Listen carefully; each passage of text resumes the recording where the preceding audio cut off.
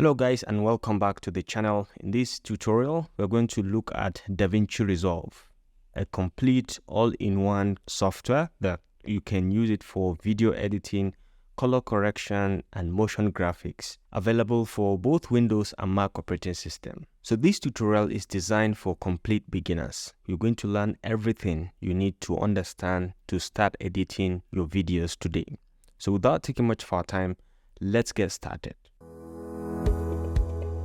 So to download and install DaVinci Resolve, all you need to do is to open your browser, come to the search bar and just search for Google, for example, and then you can just search for DaVinci Resolve, spelled just like so, and you can hit on enter. You can see it. The first one over here is the world's only all-in-one solution for editing color and VFX, motion graphics, and so on.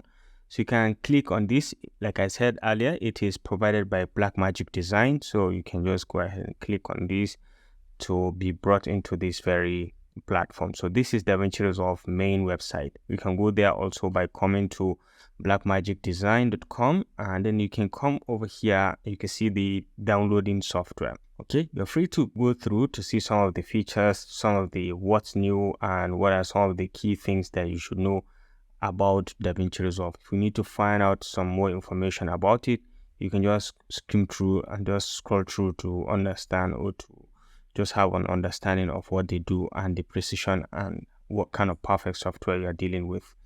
So to download, you can just come all the way here and you can see the two downloads over here, DaVinci Resolve 18. So you have the free download now and you have the buy online now. The free version, like I've explained, contain everything. So we'll click on the free download now and we have it. Now we're dealing with DaVinci Resolve 18.6, which is the latest version as at the time of this recording. So you have the option to download the DaVinci Resolve for Mac OS. If you are using Mac OS, you can go ahead and click for Mac OS. If you're using Windows, again, you can just click to go for the Windows, or Linux, you can specify over here. Forget about this. This is for advanced users, for filmmakers, maybe people who are going to use some of the most complex features within DaVinci Resolve. Those are the people that go for this. But if you make YouTube tutorials, or you're a content creator, or you're just using the video editing platform for content creation, general content creation, the free version can do quite a lot for you. Okay, can do nearly everything for you, I can say that. Okay, so let's say for this tutorial we are going for Mac, so we can just click on Mac operating system and it's going to give us the Mac version of the DaVinci Resolve. So all you need is just to go ahead and fill up this information. I have already filled mine. So just fill up the information, your name, the company email, phone number, and country, city, and state. And you just tell us how you're going to use the Blackmagic products and which features should we add. Okay, you may just keep nil if you want here. And once you just register, they just want you to register, and you can just come over here and click on register and download, and it's going to give you the setup to install. Okay, that is how to download. Installation is very easy. It's just a click through step by step. Once you follow through, you'll have DaVinci Resolve installed on your system. I will allow you to just go ahead and download and then install, and I'll meet you at the other side where we can kickstart DaVinci Resolve and see how we can create a project. To open DaVinci Resolve, all you need is to come down straight to the launch pad over here. You can just click on the launch pad and you can go ahead and search for DaVinci Resolve, and you can see it over here, DaVinci Resolve. Okay, so you can just click to kickstart it. So this is DaVinci Resolve 18.6. Again, this is the one we are going to work on for this tutorial. So once it's finished opening, you can see it's going to bring you over to this very platform. This is where you can create a new project with this red button. You can just click to start creating a new project. These are recently used projects that you've worked on previously. You'll be able to see them over here. Now you have the option to add in a folder, and then you can work on a particular folder within this particular project panel or within this local drive. You can create a folder, and you can change the view of the folders. From here, you can increase or decrease the sizing of the folders. Okay, very easily you can increase or decrease the sizing. And over here, you can sort according to date, timeline, and so on. You can rearrange them accordingly. And then over here, you can change the looks also from the thumbnail view to the list view. You can easily change that. if you're interested, but I think I kind of prefer the thumbnail view because it's easy to kind of look at what you are working on, and you can easily hover over to have an understanding into what the project is all about. And then down here, you can directly search for a particular project. If you have multiple projects, you can easily search for a specific one and start working on it directly.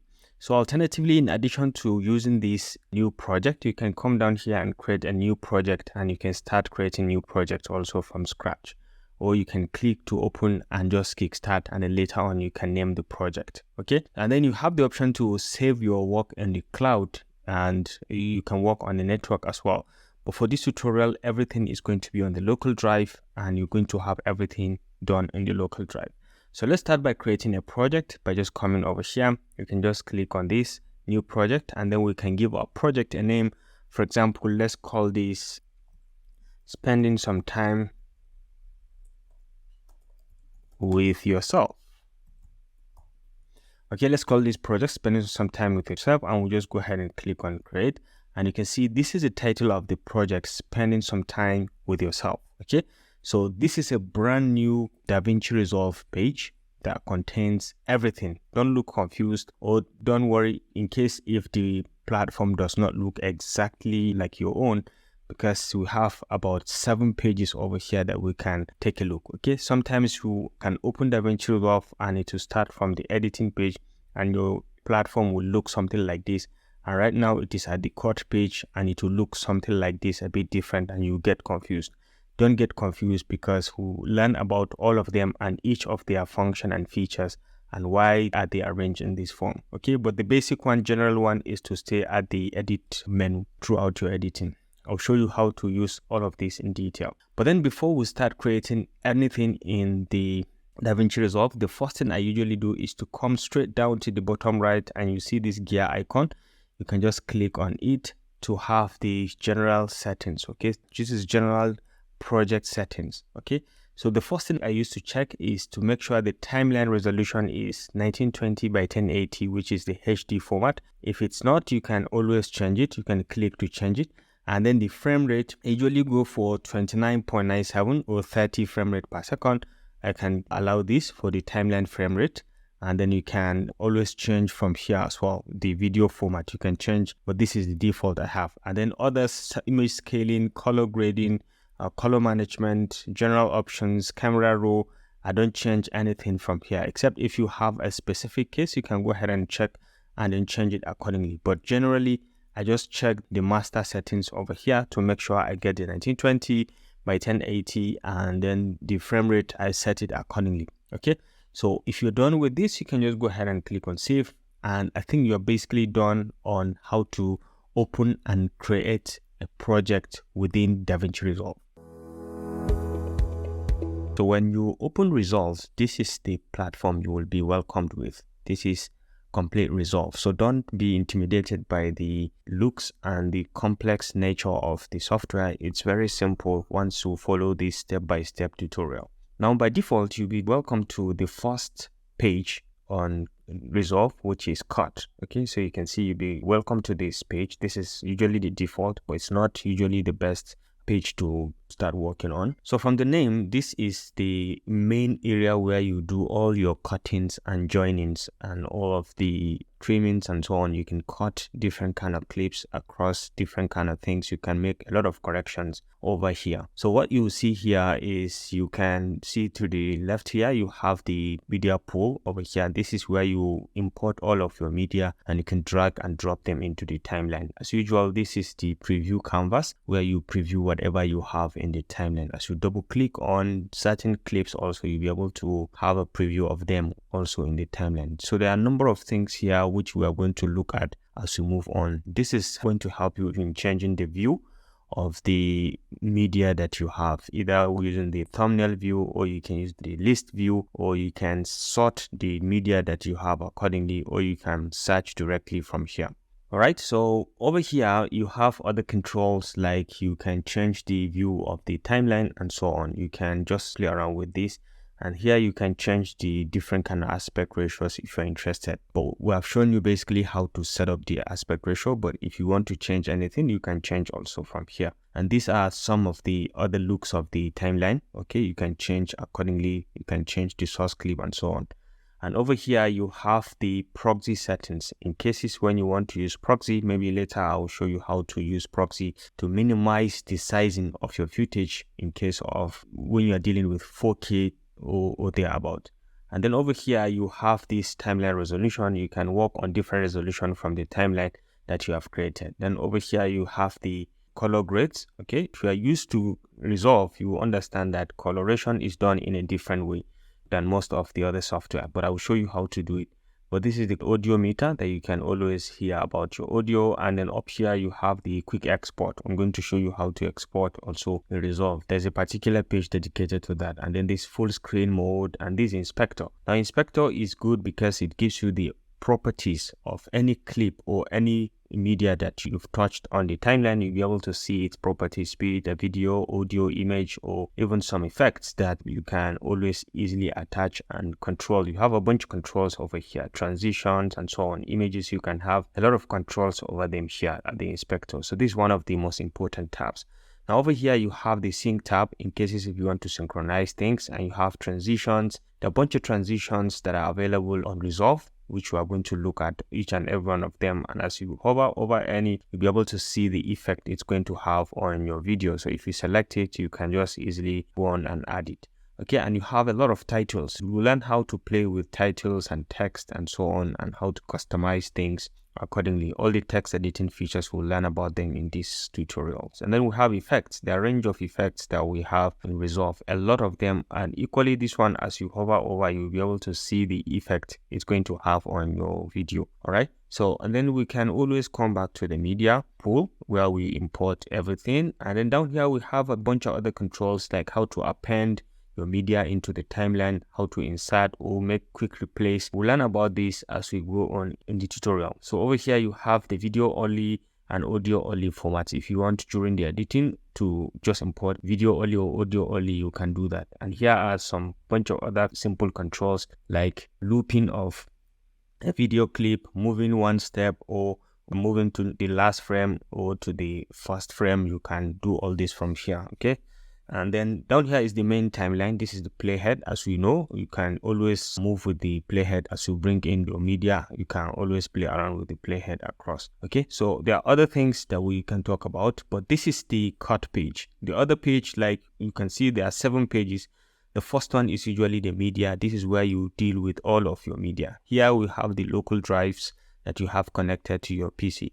You can search from the available local drives. From here, you can search for media directly, and then you can from here import it into the timeline, or you can on your own define a particular location from here. Like if I want at any given point to go to my desktop, I can set a new location and I can just go ahead and call it is a desktop, and I can just click on open. And anytime I want to refer to my desktop, I don't have to be going through the folders, going through the subfolders and be searching. I can just go ahead, come straight to the point, and I'll find my desktop over here. So once I click, I'll be able to see all the folders in my desktop. And then down here, you have the same control. You have your media pool over here, the cloning tool, you have it here. The arrangement, like we said, we can change the arrangement from list view to the thumbnail view, which I prefer. And the same way, nearly the same looks, you have the audio settings and the metadata, as well as the inspector and capture feature. We'll look at how to capture videos and audios with Resolve as we move on in this class. And then down here, you have the same media pool. You can always bring down your media and arrange them accordingly. So this is about the media page over here. You deal with importing and managing your media from the media page. The cutting is just for you to deal with the cuttings of all your footage. You can just cut things over here. There are a bunch of controls that you can only deal with cuttings from here. You can just cut your things. The next page, which is the most important in Resolve, is the edit page. In edit page, this is where you spend most of your time, is in the edit page. You can have all you need to edit your footage. Everything is being found here. Okay, so you can just check around and you have a bunch of controls The same way, most of the features you can have access to them directly. You have the same media pool, and you have effects and indexing. You have sound library if you're interested in having access to the sound library.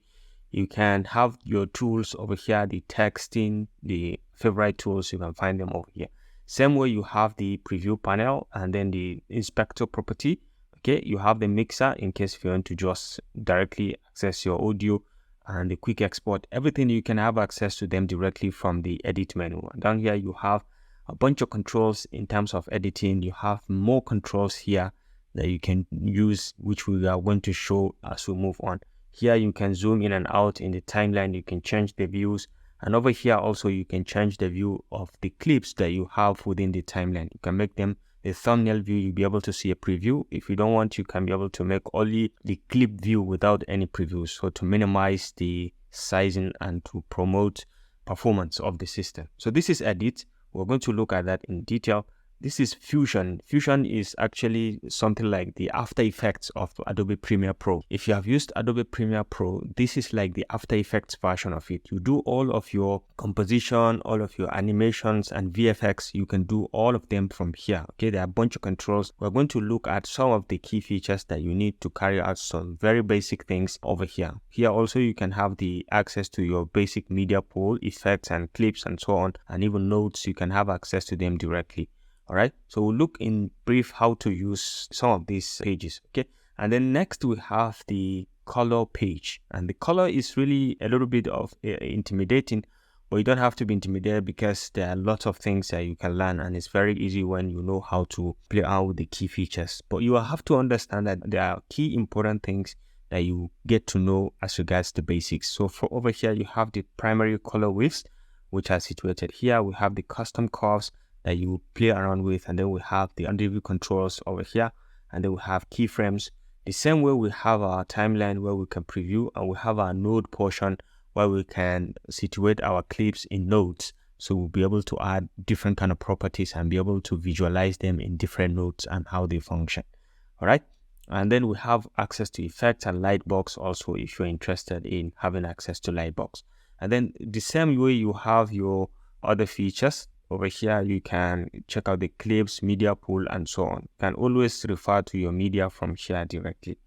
So there are a bunch of things to learn. There are a bunch of things to do from the color wheel. So Resolve is designed in such a way that you can always work on each of the pages. If you want to work on color, you can just go ahead and go to color page and work on it. If it's on Fusion, you can go to Fusion. If it's on edit, you can just stay directly on edit. Okay.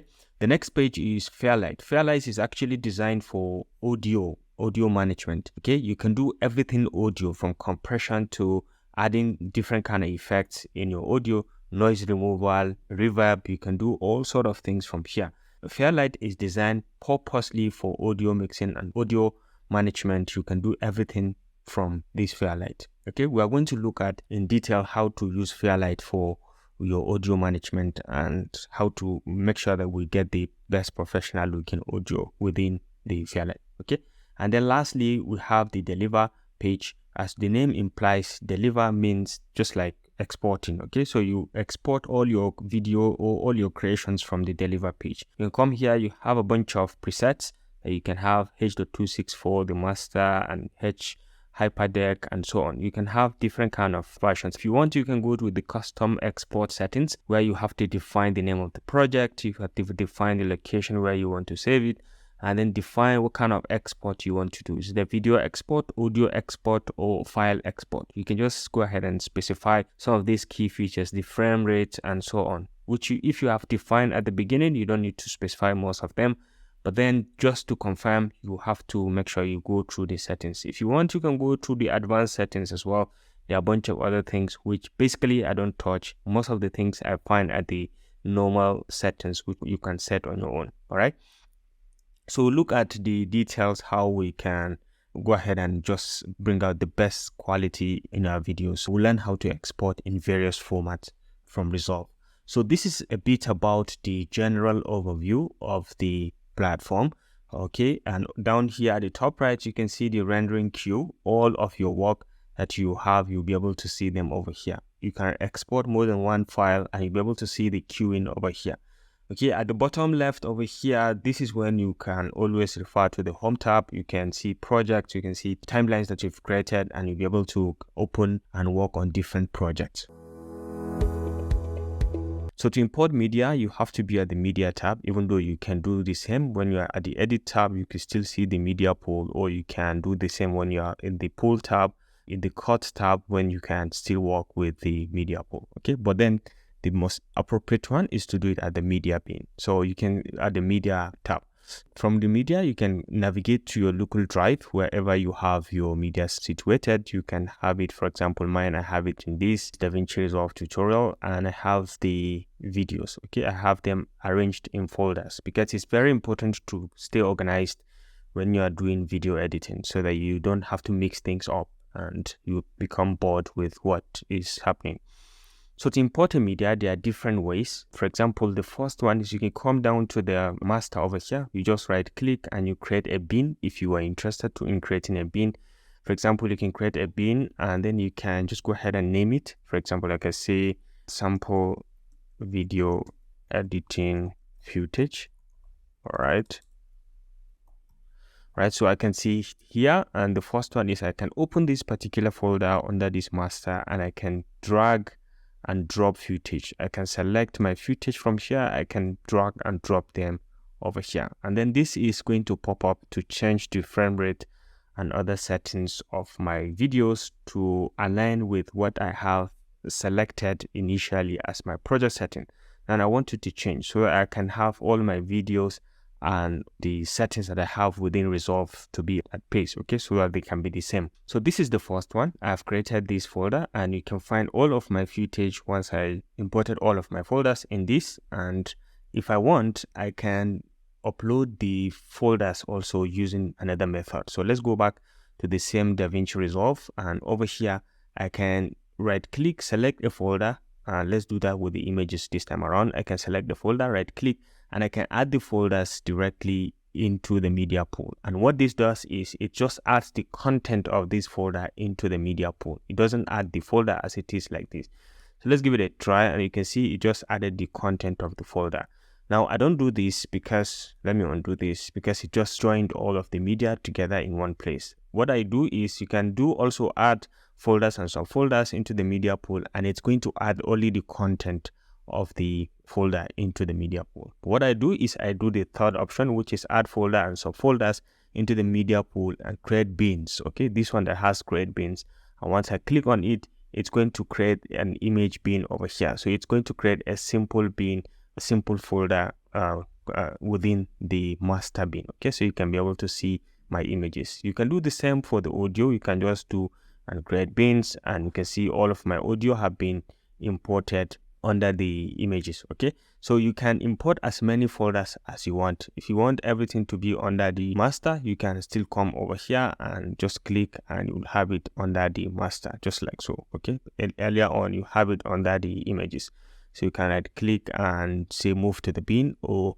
remove bin, and it's going to remove that. So you have all of your footage arranged like this. So you can have audios, images, and you have these videos that you've imported. Okay, so earlier on you imported everything under this as well, so images and the video footage. So the next thing is we will learn how to create, now that we have our media imported, another way to do the same thing is you can open your media from the folder directly where it is being contained, and you can select everything and maybe probably drag and drop them into the media pool directly, and they are going to be added into the media pool just like the way you have seen it. You can drag and drop, and it doesn't matter whether it's a video or an audio. You can do the same. You can just select them and then you just select and drag and drop them into that particular folder, and they're going to be situated there. So that is the power of importing media and managing media within the media bin within Resolve. Okay, so that's one thing, importing media. Now using the media, you have to create a timeline. To create a timeline, you have to come to the edit page, and then you can right click anywhere. Okay, right click over here and you can say new timeline. You can say create a new timeline. You can do that with the Command N on Mac or Control N on Windows. So let's create a new timeline. Over here you have to give your timeline a name. So let's call this basic video editing And then you can change the settings over here, like the stereotype. I don't change anything because it takes in the default like we've set it at the project settings in the first place. But then if you want to have an advanced, use the project settings, you can click on this and you have the option to change many things. So these are the general feature. This is the format, which if you want to change, you can change over here. Like you can see, this is adopting the page, the project settings that we've specified at the beginning, the formats that we've specified, 1920 by 1080, and using this frame rate to 9.97 and so on.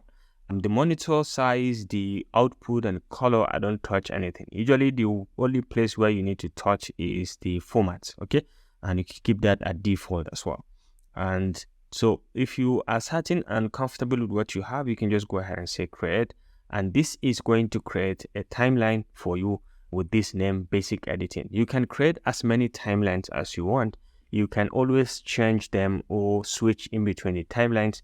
Like you can create another new timeline and you can call it sample 2. This is another timeline and you can work on it. You can import media also into this very timeline and you can work on it separately. You can see multiple timelines that you've created from here. You can come to the top here and you can see sample 2 or basic video editing, and you can switch in between the timelines, and whichever ones you've selected, you can go ahead and continue with your edits over there. Okay, so this is importing a media. Let's see how we can import a media into the timeline as well. So to import a media into the timeline, you have the option to start playing the media that you want to import. For example, let's say we go with something like this.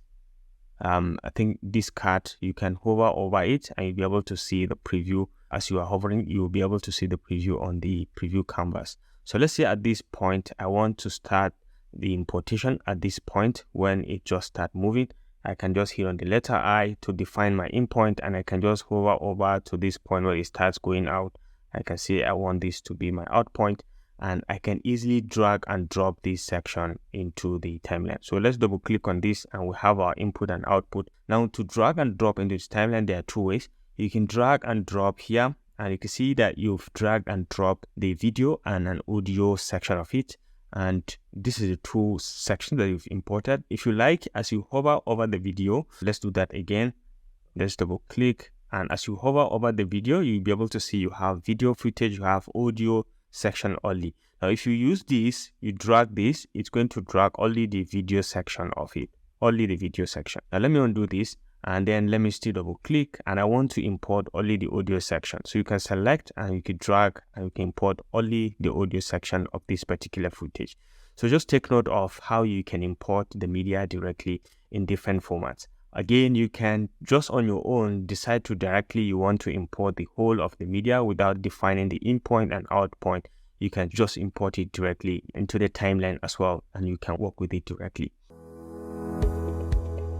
Now, when you import the media into the timeline, it falls into these two tracks. There are two tracks by default, the video and the audio section. Like you see now, this video has a video section and it has an audio section, and they are linked together. Now, to the left, you can see you have the track's name. Okay, so you have V1 and A1, which means video 1 and audio 1. This is how they are classified. This is the name, video 1 and audio 1. You can double click to rename the track. For example, you can say the card track.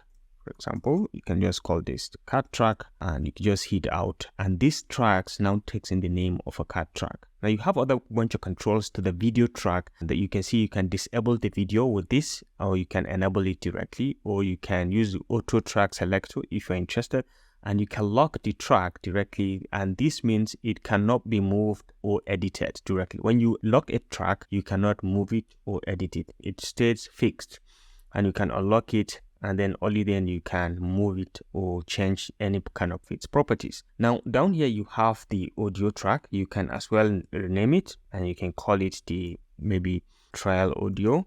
For example, you can rename it as you so wish, and then you can as well mute it. If you want to mute, if you use this mute track, it means whatever you play, this track is going to be silent. Okay, this particular track, whatever is on it, no matter how long it is going to stay silent. And then you can solo a track. When you solo a track, what this means is all the other tracks are going to be muted. If you have other tracks that contain audio, all of them are going to be muted. You can only hear only this track. Okay, when you solo a track, all others will be muted, and this is the only one you can hear. You can do auto track selector as well, and you can lock it directly against any edits that you can no more edit until you unlock it. Now, when you select a particular track, another thing that you can do is you can come to the right here. You have the track mixer. You can do solo of a track, or you can mute it as well from here, that particular track you're working on. Again, you can create new tracks by just coming over here. If you're at the top here, it means you can create video tracks, and it's going to add a video track just by right clicking and clicking on new track. You can see it's added a video track, which you can double click and rename it as we've explained. And when you come down here, you can right click and you can just go ahead and say create a track. Now it's going to detect that automatically you are trying to create an audio track, and it's going to give you this much option. Are you going to create mono track or a stereo track, or however you want it? You can select the properties and select that particular track you're trying to create. For me, I go with mono, so I create another track. So you can see we have a number of tracks. You can create multiple tracks if you're interested. So you can undo this. Let's undo this as well. I want to show something. Automatically by default, when you move a particular clip up, it's going to create another track. Okay, so you can see just by moving it up, it created another track for us. And we have now this to be video 2. If you like, you can import this one and make it video 1. And you can import the other one as well and make it however you want it. And you can go ahead and bring in audio and just attach to them just like so. So you have the audio track, you have video track, and you can work on all of them as you so wish. Now this is about track, which you have to understand before we start editing or carrying out anything. Now another thing you need to actually understand and pay attention to is the inspector tab over here. Whenever you select a particular track, you'll be able to see the inspector feature from here. What this does is it has a range of controls, like in the video controls. You can see this is the video tab. You have the transform feature control, which means you can zoom in and out. You can see we can zoom in. You can link the zoom in, and you can zoom in both Y and X direction. This is all linked. If you like, you can undo this from here, and you can link them. And once you have them linked, they now zoom in and out together, which is the best one, in the X direction and in the Y direction. In the Y direction and the X direction, you can play around with them directly as you so wish. So you can zoom to any feed, and then you have the anchor point. You can change the anchor point from here. You have a range of features, like you can crop from the left, you can crop the image from the left. Very, very interesting. You can crop from the right as well, or from the top or bottom, however you want it. So it's very easy and it's accessible from using Resolve. Okay, so you have dynamic zoom. In cases if you want to move in, when you enable dynamic zoom, you can be able to see when you are playing, the video zooms in automatic. You can see it's kind of slow, but it zooms in, creating keyframes. Okay, you can see the little zoom in as we move on with the timeline. So I'll show you how to use this as well, and some of the basics when we move on. And you can swap the look. You have different kind of composite you can change from here. You can do speed change. We will look at that in detail as well, real-time scaling and so on. You can check out other super scale if you're interested. So this actually has to do with the video editing, video properties of this particular clip that we've just selected. Everything you'll be able to find them here. All right. And then if there's an audio attached to this, you can always check and access its properties from here, like the volume. You can increase or decrease the volume, and then the dialect leveler and the pitch, you can increase or decrease. Speed change, you can enable the equalizer and so on, and this other bunch of controls. So you can be able to have access to all of these. Still on the same image or footage, once you have it selected, you can still have access to the effects if you are interested. Okay, so this is just the video and audio properties that you can change directly from the inspector panel. So you can do that across all of the footage. Once you select a footage, you'll be able to know if it is an audio, if it's a video. If it contains both, you'll be able to have access to both of them. Like this one is just an audio, so you may not be able to have access to video because it doesn't have a video part. Now let's assume we have these tracks. We've inserted these very tracks. We insert them, have this as the first one. We insert this one as the second track. Okay, it has some audios attached to it, or audio track attached to it, and then we can insert as many things as we want. Let's say we insert this one also that has this audio attached. Okay, so the very first thing we need to understand is that while we are on the timeline with this selection tool, we can play around and we move the playhead to be able to see a preview in this preview canvas of what we have on our timeline. You can move across, and if peradventure you have, maybe you want to define a given entrance, or you want to trim some extent. For example, I want to trim from the beginning of this clip to this playhead. I can just navigate to the edge of it, to the point where this my cursor turns into this sign. I can just select and drag, and I can see now I have trimmed the other section. Okay, you can do that from the left as well. When you go to the left, you can check and make sure that your cursor turns into this horizontal sign, and you can drag and move across, and you can see you've trimmed that section as well. So one thing you should pay attention to with this type of trimming is that it leaves a gap. Okay, so you can either select and then delete from the keyboard, and it deletes that gap that it's created. You can do the same on this one, or alternatively, let me undo these two. You can right click and say delete, right click and say ripple delete, and it's going to delete that gap. The same way here, you can right click and say ripple delete, and it's going to delete the gap. Alternatively, also you can use the keyboard, you can use the shift key and the backspace, and it's going to do the same deleting. Okay, so that is one way to create a delete. The next thing is to create a cut. Now the next icon is this trim edit mode. Okay, this trim edit mode, what it does is that it does three things. The first one is it can help you to maintain a clip size, and when you try to select it, right now it's active, you can see it's red. All right, you can come to the edge, and until your cursor turns into this, you can create a trim. Okay, the trimming of this nature enters the clip, but then it leaves no space. You can see when you release, it trims from the edges just like so, and it leaves no space. You can undo that also if you are interested. You can select and you can trim backward, and you'll be able to see. So in each case, when you are trimming, you can see from the preview, you have the preview of the edge, okay, the permanent edge where you are right now in the playhead, as well as the next clip available to you. That's the one showing on the right over there. Okay, so when you release, then you have it trimmed like this. Now the second thing that it does is that when you come to the bottom of any clip, you can see it turns from this to this narrow parenthesis, so you can select and you can slide across a clip, and you can see you can move into a clip using the slider tool, and you can do that from left to right. Okay, you can slide across, you can move across these particular slides. Okay, so that's the second thing. Okay, the last one is you can hold at the center, and you can be able to move across to define a particular location or to define a particular width, even though keeping the same width. But then you can see from the top left, this is the ending, and then from the top right, that's the other ending from the right hand side, and at the bottom is, you can see this is the boundary clips. Okay, the one from the left and the one from the right is just signifying the end of the clips. Okay, so once you release, this is the third thing that it does. Okay, so the next one is the dynamic trim mode. When you have it selected and you select a particular clip, you have the letters J, K, and L. What the letter L does is it trims from the forward. Okay, if you select a clip, it's going to trim from the forward, it's going to enter the next clip. And if you use the letter J, it's going to trim from the backward. And if you press on each letter twice, it's going to trim a bit faster. So let's take a look at letter L is going to trim from the right. So just like when you press the letter L once, if you press it twice, it's going to trim a bit faster. So let me undo that and try that again. Letter L is going to trim from the right, pressing letter K to pause. And then if you press on letter J, it's going to trim it from the left of that particular clip that you've selected. And when you press it twice, it's going to trim faster. Okay, so this is the basic thing it does for your clip. So let me undo this. And the next feature is the razor blade tool, where you can enable that with the letter B from your keyboard. You can just hit on the letter B, and you can see you've activated the blade tool.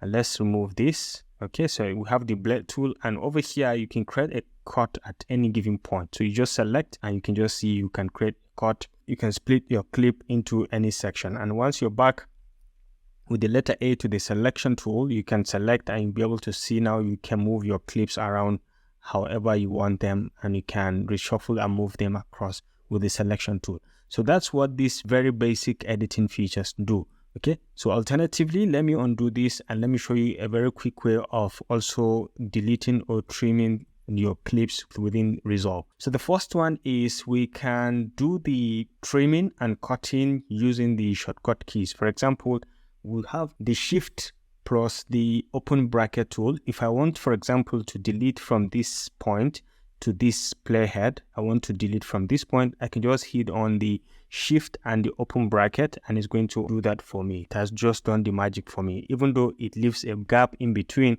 I'm going to show you how to do that to cover the gap, which is a ripple delete. So this is trimming from the left, and let me do another one from the right. For example, if from this point, I want to trim from this point to the edge of this, I can just hold on the Shift key and use the closing bracket and it does the magic for me. Okay, so manually on my own, I can select this place and just delete from my keyboard, select here and delete from my keyboard.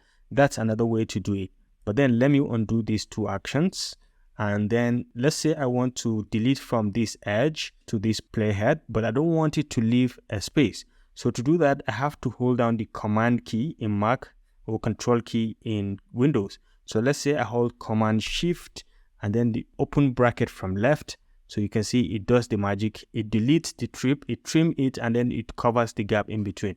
You can do the same thing also when you hold in the Command key and Shift and the close bracket. It's going to trim from the right over here, from this point to the playhead, covering the distance or covering the space in between them. So you can see, let's do that Command Shift and the covering bracket, and it does the magic fantastically. So this is a very good shortcut key to when you want to fasten your editing process. So this is another way. The second thing that you can see here is the inserting of clip. Okay, you can insert any clip using this very feature. So let's say at this point, I can take my playhead to this point and I want to insert a clip. For example, this one, I can just select the picture of this cat and I've defined the in point from here. Let's say the in point and out point, and I want to insert it. I can just directly hit on this guy and it's going to insert the clip for me directly. So that's the clip over here. All right, that's one way to do it. Alternatively, you can undo this and you can have the next control, which is the override. Okay, if you select a particular clip and then this clip that you are working on, when you click on override, it's going to override that particular clip entirely and replace it with this one that we are working with. Okay, alternatively, again, let me undo this. If you select this and you can do what we call replace, you can just go ahead and select this clip and then we can come over here and say replace, and you can see it is going to replace that section of the clip that this one is going to cover. Okay, it's going to replace directly. So you can just go ahead and play around with them and then see how you can enjoy working with them. Now the next thing is this snapping tool. If you enable it, now it's not enabled, so you can see in between clips, if I try to join this clip, there's no precision in the connecting point. Okay, you can not precisely get the point of connection in between them.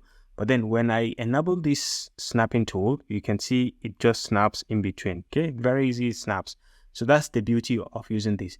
Now this is called the linking tool, link selection. Okay, so once you select a particular clip, for example, this one that has a video and an audio, and let's select the two of them and then I'll link them. Well, or linked from here, and you can see now right now you can be able to move them separately individually. Okay, you can move the video separately and you can move the audio separately as well. If you want to relink them, you have to select them together and then hit on the linked tool. This is global, so it's going to link them again. Right now you cannot move them separately, so you can link clips and you can select this, and right now they are all linked, so you can click out and you can see them. You can move them individually, separately. They have now been all linked. And if you want to relink them again, you can select both of them and then right click and say link clips, and right now they are linked together. Okay, you cannot move them separately. So that's the beauty of this. Over here you can lock all the global settings. You can lock against any kind of editing. If you enable this, you cannot be able to edit anything. This is locking. And then over here you have these two controls. This is label, this is markers. Okay, if you want to add something, you can use the markers.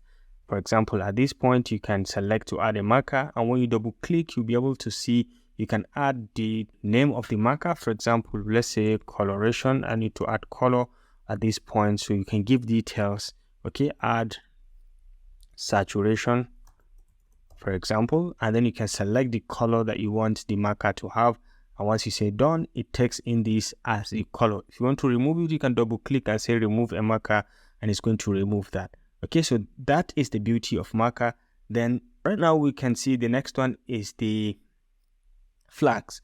Okay, you can add a flag at a particular selection. Okay, you can add a flag at a particular clip. You can select and you can just go ahead and add a flag.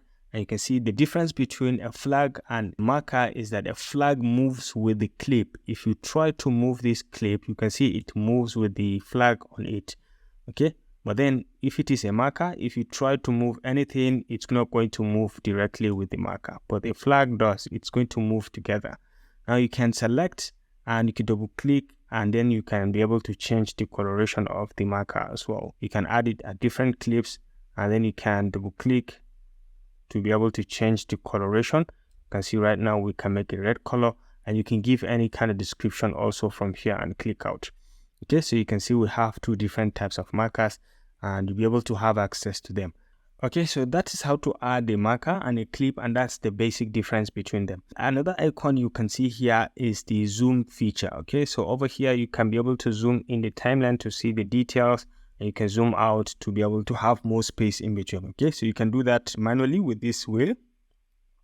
Okay, or you can use the plus sign to increase and the negative sign to decrease accordingly. It's up to you.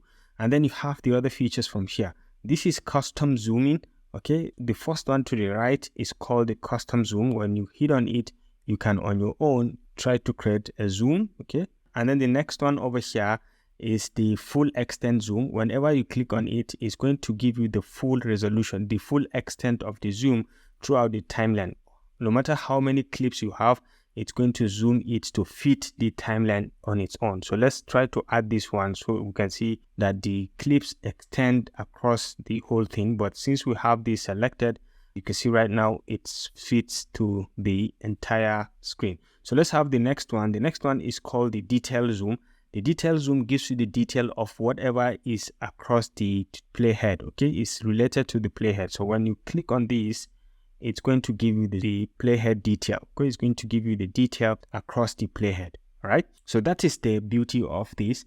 So this is basically it about all of the editing features that we have here and what you need to play around with.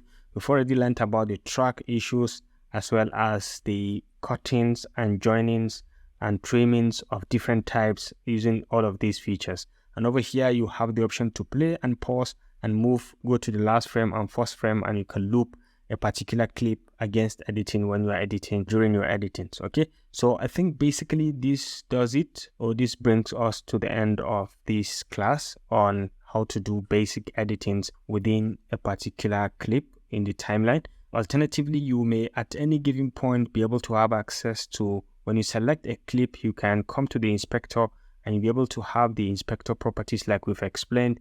If it is a video only, you'll be able to have the video properties like the cropping feature. You crop from left, right, and center.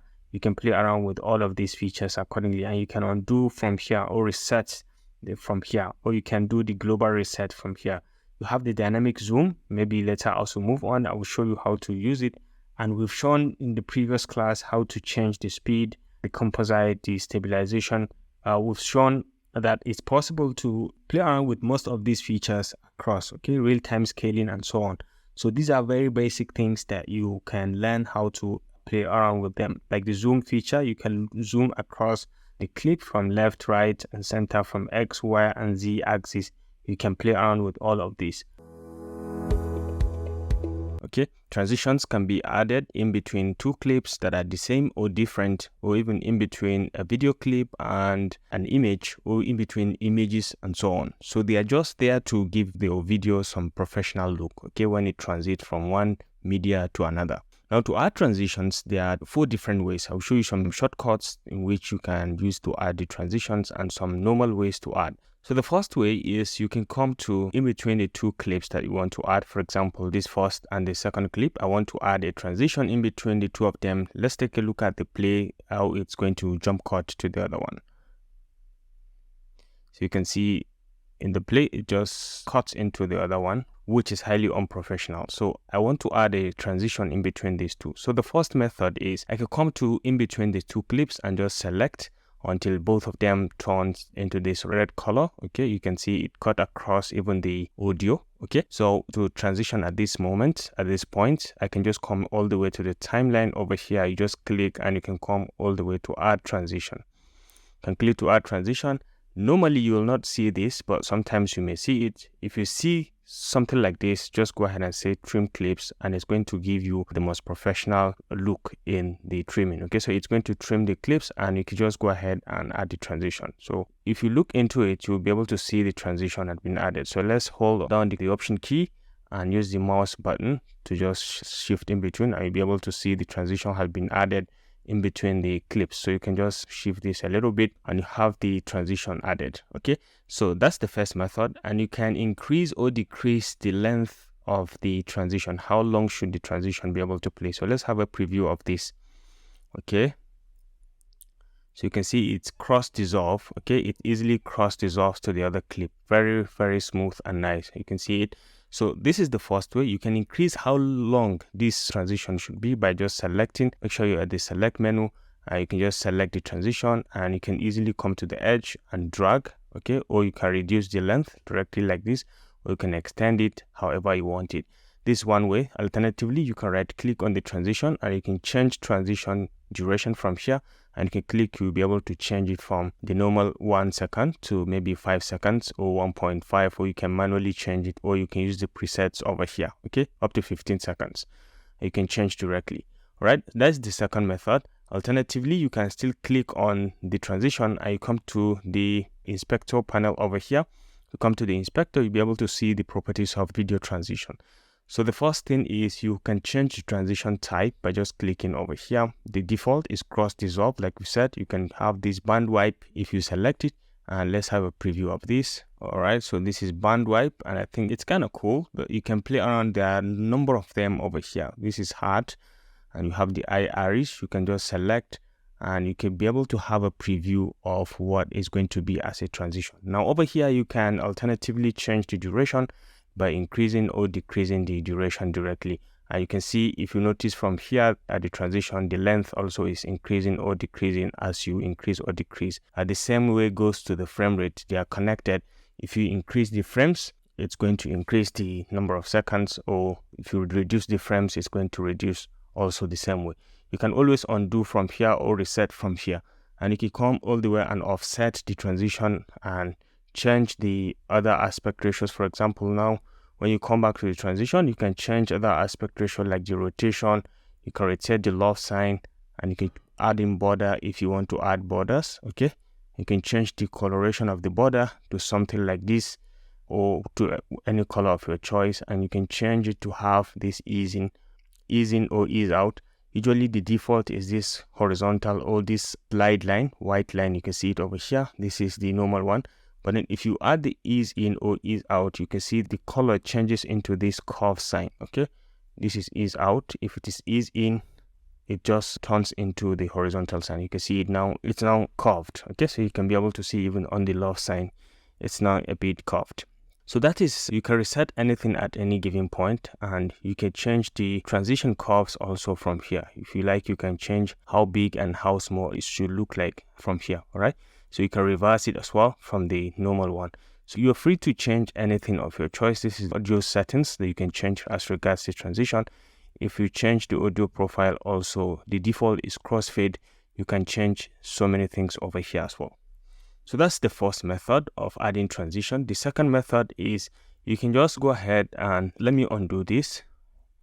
Let me undo adding the transition as a whole. And the second method is you can just hover over the place where you want to add a transition, and then you can come to effects over here. When you come to effects, you'll be able to come down here and see video transitions.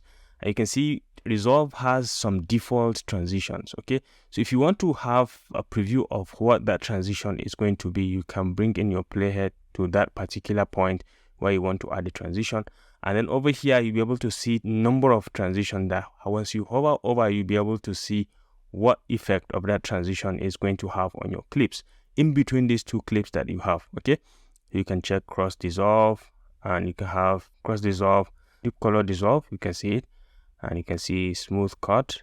All right, So it all boils down to you. Instead of you to have to put in the transition, and then if you don't like it, you can remove it. Over here, you can just preview over directly, okay? So you have the arrow iris, okay? You can just preview. This is a diamond iris, okay? So you can preview all of them. This is motion blur, all right? There's different motion slides, okay? You can see them of different types. These are shapes. I kind of like slides sometimes, okay? But then in some cases, you may have this issue that when you drag and drop, you will not be able to drop the clip in between the two of them. That's because Resolve has a way of adding its own transition. It doesn't add when the edges are completely edges like that. Okay, so when you come towards the end of this particular clip and you see your cursor sign turns into this bracket sign, okay, horizontal, maybe left bracket sign. When you try to click and hold, you see it's now showing this red sign, which means this is the end of this particular clip. The same way to this, you come to the edge, you click and hold, it shows the red sign, which shows it is the end of it.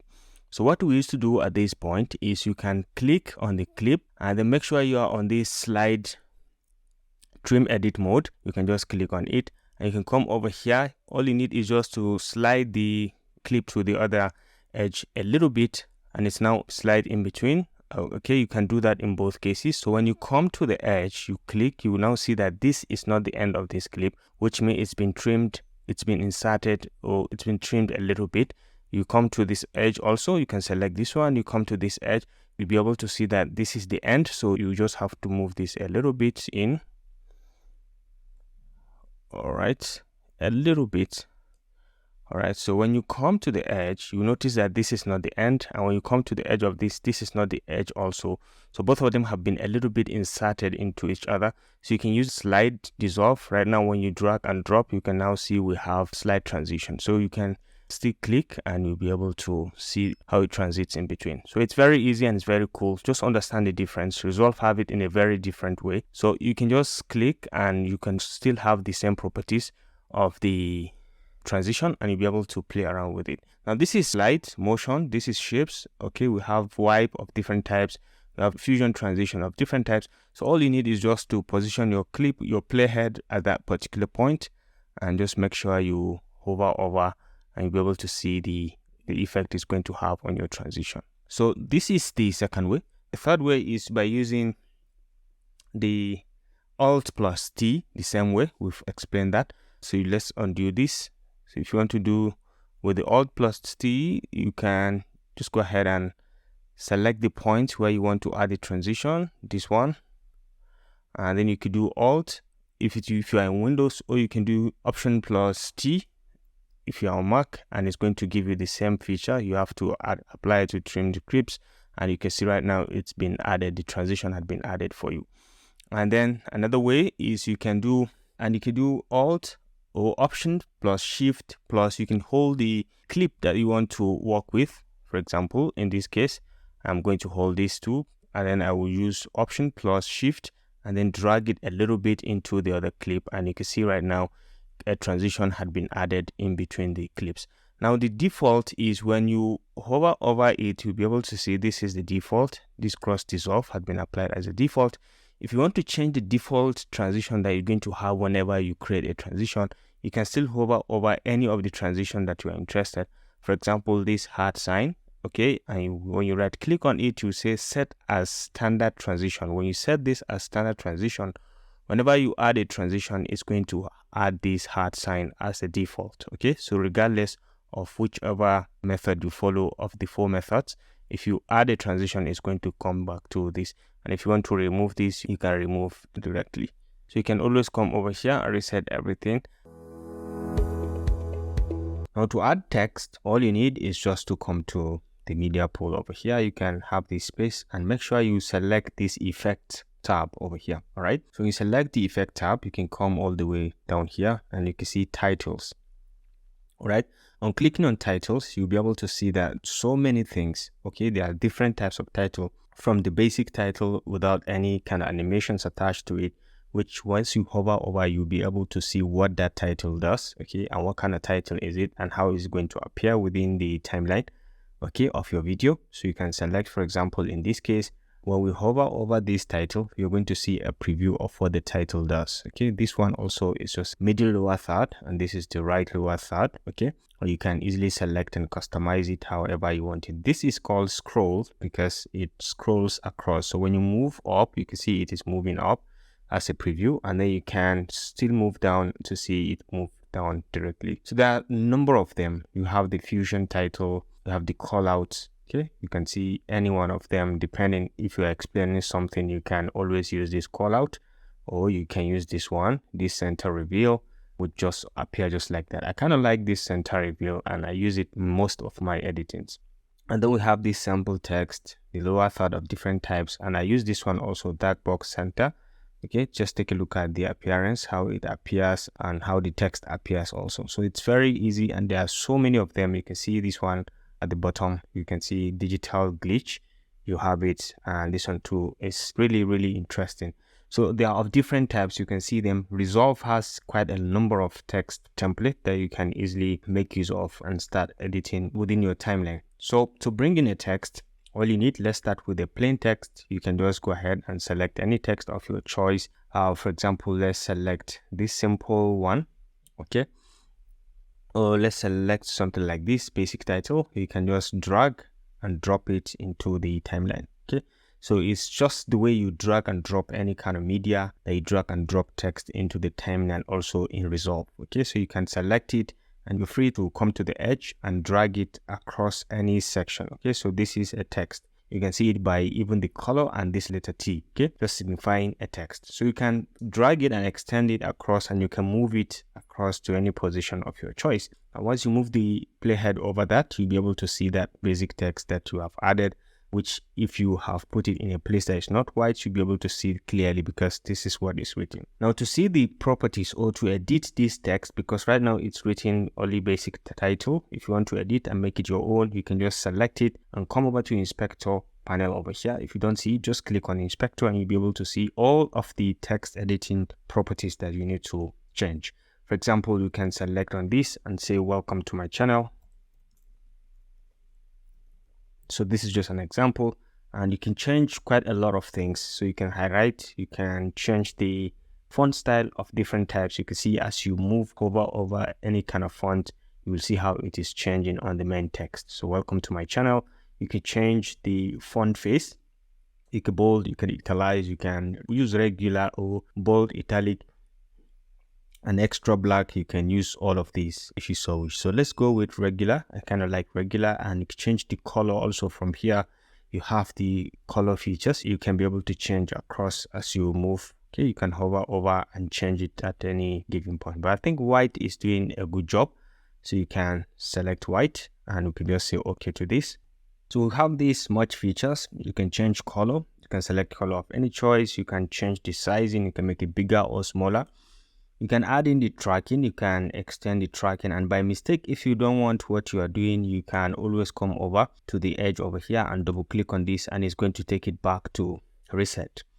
Okay, or alternatively, let me undo this, and if you want to reset this, you can come over to the tracking and double click on it, and it's going to take it back to the normal. Okay, and then over here you have the line spacing. You can increase or decrease the line spacing in case you have more than one line, and you have the font style over here. You can change even the indexing. Okay, you can change the casing, font case. You can do all caps or lower caps or thereabout. You have quite a number of features that you can change from here. The alignment, left, right, center, anchor, the position. You can manually on your own automatically just use the X and Y features to navigate and change them accordingly, or you can on your own double click on the text and then you can easily drag and move it to any position manually on your own to just specify where exactly you want to position it. Okay, so there's quite a number of controls. You can zoom in the X and Y, Z direction as well, and you can all link this to do the zooming in the X and Y axis separately. And then you have the rotation angle. You can rotate the text to any point. Okay, if you want to add a stroke, you can always double click on this or click on this to reset. You can add a stroke. You can add a color to your stroke. Right now you can select on any and you can just add a color, and you can increase the intensity of that stroke. So let's say something like the red color. Okay, so let's say we take black, and then we can increase the intensity from here. You can see we have the intensity increased. But if you want everything, you have to select from the text. You have to make sure you select everything, and then you play around with the features. You can come down here and you can increase the sizing, and it's going to increase across all of them. So you can see right now we have it increased.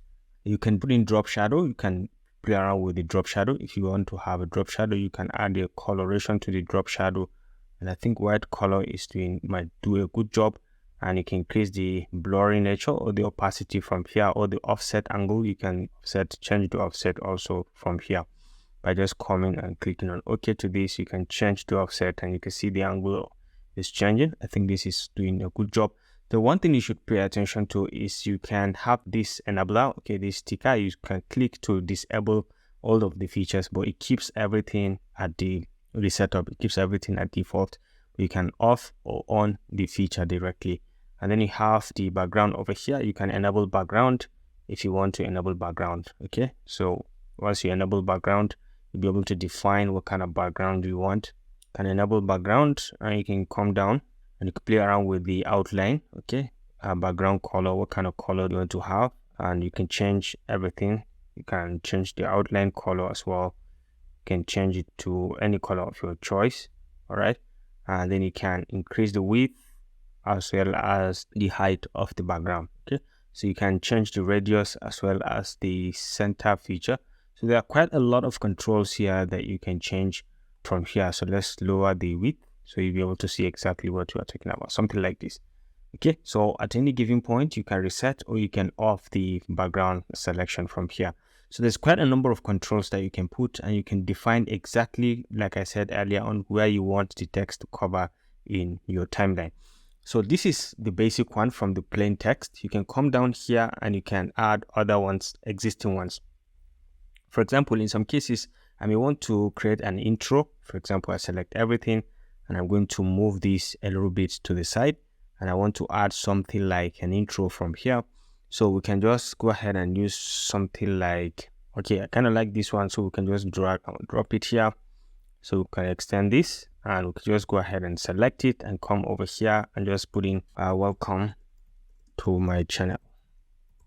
And let's take a look at the appearance. I want everything to stay at default. I don't want to change anything, the coloration and all. I want everything to stay at default. If you have anything that has to do with your brand, you can change from here. So let's have a look at how the introduction is going to be. You can see the opening and then how the text comes in.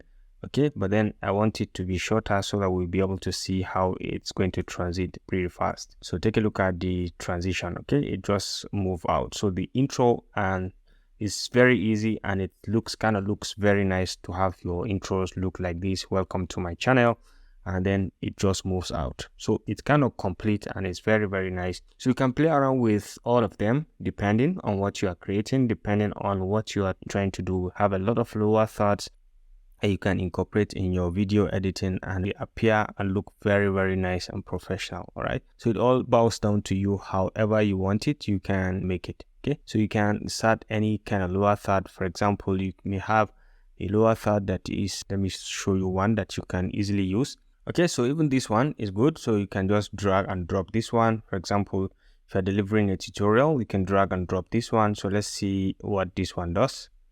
For example, let's extend it a little bit, and let's see, we select it. So this is sample upper line. So assuming we can select this and we can come to the title, we can go up here. So we can just say sample upper line. So this is the upper text. So you can just put it, for example, Dr. Rashid. And then down here, I may want to have, this is the lower text. Okay, so you can select, I can say instructor. Okay, instructor of this course. So you can just have this as your own lower third. So let's see how it's going to play in cases when you try to play it. So just take a look at how it comes in, and then probably how it is going to go out. So take a look at how it goes out. So it's really, really professional to have some of this text in your content. Text plus is very unique. Let's kind of delete this and let's try to add some text plus and see how we can play around with its features. So to add a text plus, it's just like the normal way we do add text. So you can see it over here, text plus. So all you need is just to drag and drop it into the timeline. Again, you can position it, extend it across the clip as you so wish. Okay. So at the first instance, when you try to look at the text plus, it looks like the normal text we do have. It's just a normal text. And again, when you come to the inspector panel, you'll be able to see the properties over here. Okay, you have the title, and then you can come up here and you see that it has nearly the same properties that we do have in the other one. But this one has more features. It has more properties. For example, let's say we can change this one to welcome to my channel again. Welcome to my channel again. And then in this case, we have a bunch of other controls. For example, this is a text feature. You can come down here and you see you can change the font style. You can change the different type of styles, the color, the sizing. You can change the sizing as well, just like the way you have the tracking and so on. This is basic that we do have in the other one, but it has more features, like it has the V justify, vertical justify, the H anchor and so on, H horizontal justify. You can as well play around with all of these features accordingly. But then when you come to the top, you have the bottom, you have the tab tracing over here, and you have a bunch of other controls that in the position you can on your own manually select, and you can play around with the position over here once you select the text. All right, once you make sure the text is selected, you can come down here and you can play around with the position and then the alignment. Okay, you can change the alignment also from here. So you have a bunch of other controls that you can play around with. You have advanced controls over here, and you can check in and see reading direction and force monospeed, monospaced, and so on. You have your use ligatures and many more features from here. But then this is on the text tab. Okay, you have on the layout tab also, you have a bunch of other controls, like the layout control in the type and the center. Is it an X and Y? You can play around with the center Z. You can just select and play around with the feature directly from here. And you have a bunch of other features like the rotation features. You can rotate in X, Y, and Z. Okay, you can see you can rotate in X, Y, and Z axis on your own. Okay, manually you can rotate accordingly. And in each case, you can just double click to reset it back to the normal one. You can add background. You can change the different background of different types. You can even use the color picker to pick a specific color of your choice within. For example, if I want to make this background, you want to have a green background, I can just use the color picker and I can pick on any location. It's going to add that color. So you have quite a number of features that you can choose from in the transform feature. Okay, and you have a bunch of controls over here. So you can change the coloration. You can add the red color in the background, and you can add green color in the background and so on. You're free to just give it a try and see how you can play around with all of this. And then up here you have the transform feature. This is where you deal with the transform in terms of character, words, lines, and so on. The pivot, and then the pivot on the Z axis. Okay, you can select and play around with it. And you have the rotation as well. Again, here you have the shear feature over here. So this text plus has a bunch of other controls that we don't have in the normal text that we have within Resolve. Okay, so these are sizing option. You can increase the size in both the X and Y axis, and you can always double click to come back to the default. Okay, so you can check, feel free to just check them around. They have the shading effect. Right now everything is wide. You can change the opacity from here. You can increase or decrease the opacity, and you have other bunch of controls like the blending and the appearance and so on. You can just go ahead and explore all of these and see the softness, the position, the rotation, and the shear. Anyone you select is adds a bunch of controls that you can easily on your own navigate and play around with. And then we have the image settings as well and so on. We'll look at this in detail when we come to animation and so on. So assuming we were going to use this same text, welcome to my channel, and then we're going to add some basic animations to it. Okay, so let's start with the animations. So the first thing you need to do is to make sure that you select the effects over here. If you don't see, you can stop the media pool because we've already imported all of our media. you can use the effects tab over here. You can just click and you have these bunch of features. But what we are interested in is transition. Okay, so we can come to video transitions over here. So in the transition, like we've explained in the other video, adding transition, when you hover over any transition, you'll be able to see the effect it's going to have on your media. But in this time around, we are going to deal with only text, not the other features. So to drag and drop a particular transition or effect as animation into our text. So let's zoom in and then you can just drag and drop any. So let's say we drag and drop this one and you can see we have added an effect. Okay, let's zoom out a little bit and you can see it over here. Again, like we've explained in the earlier on, you can select from here, you can extend it to define how long you want it to stay on the clip, for example. So let's have a preview. So you can see the coming of the text.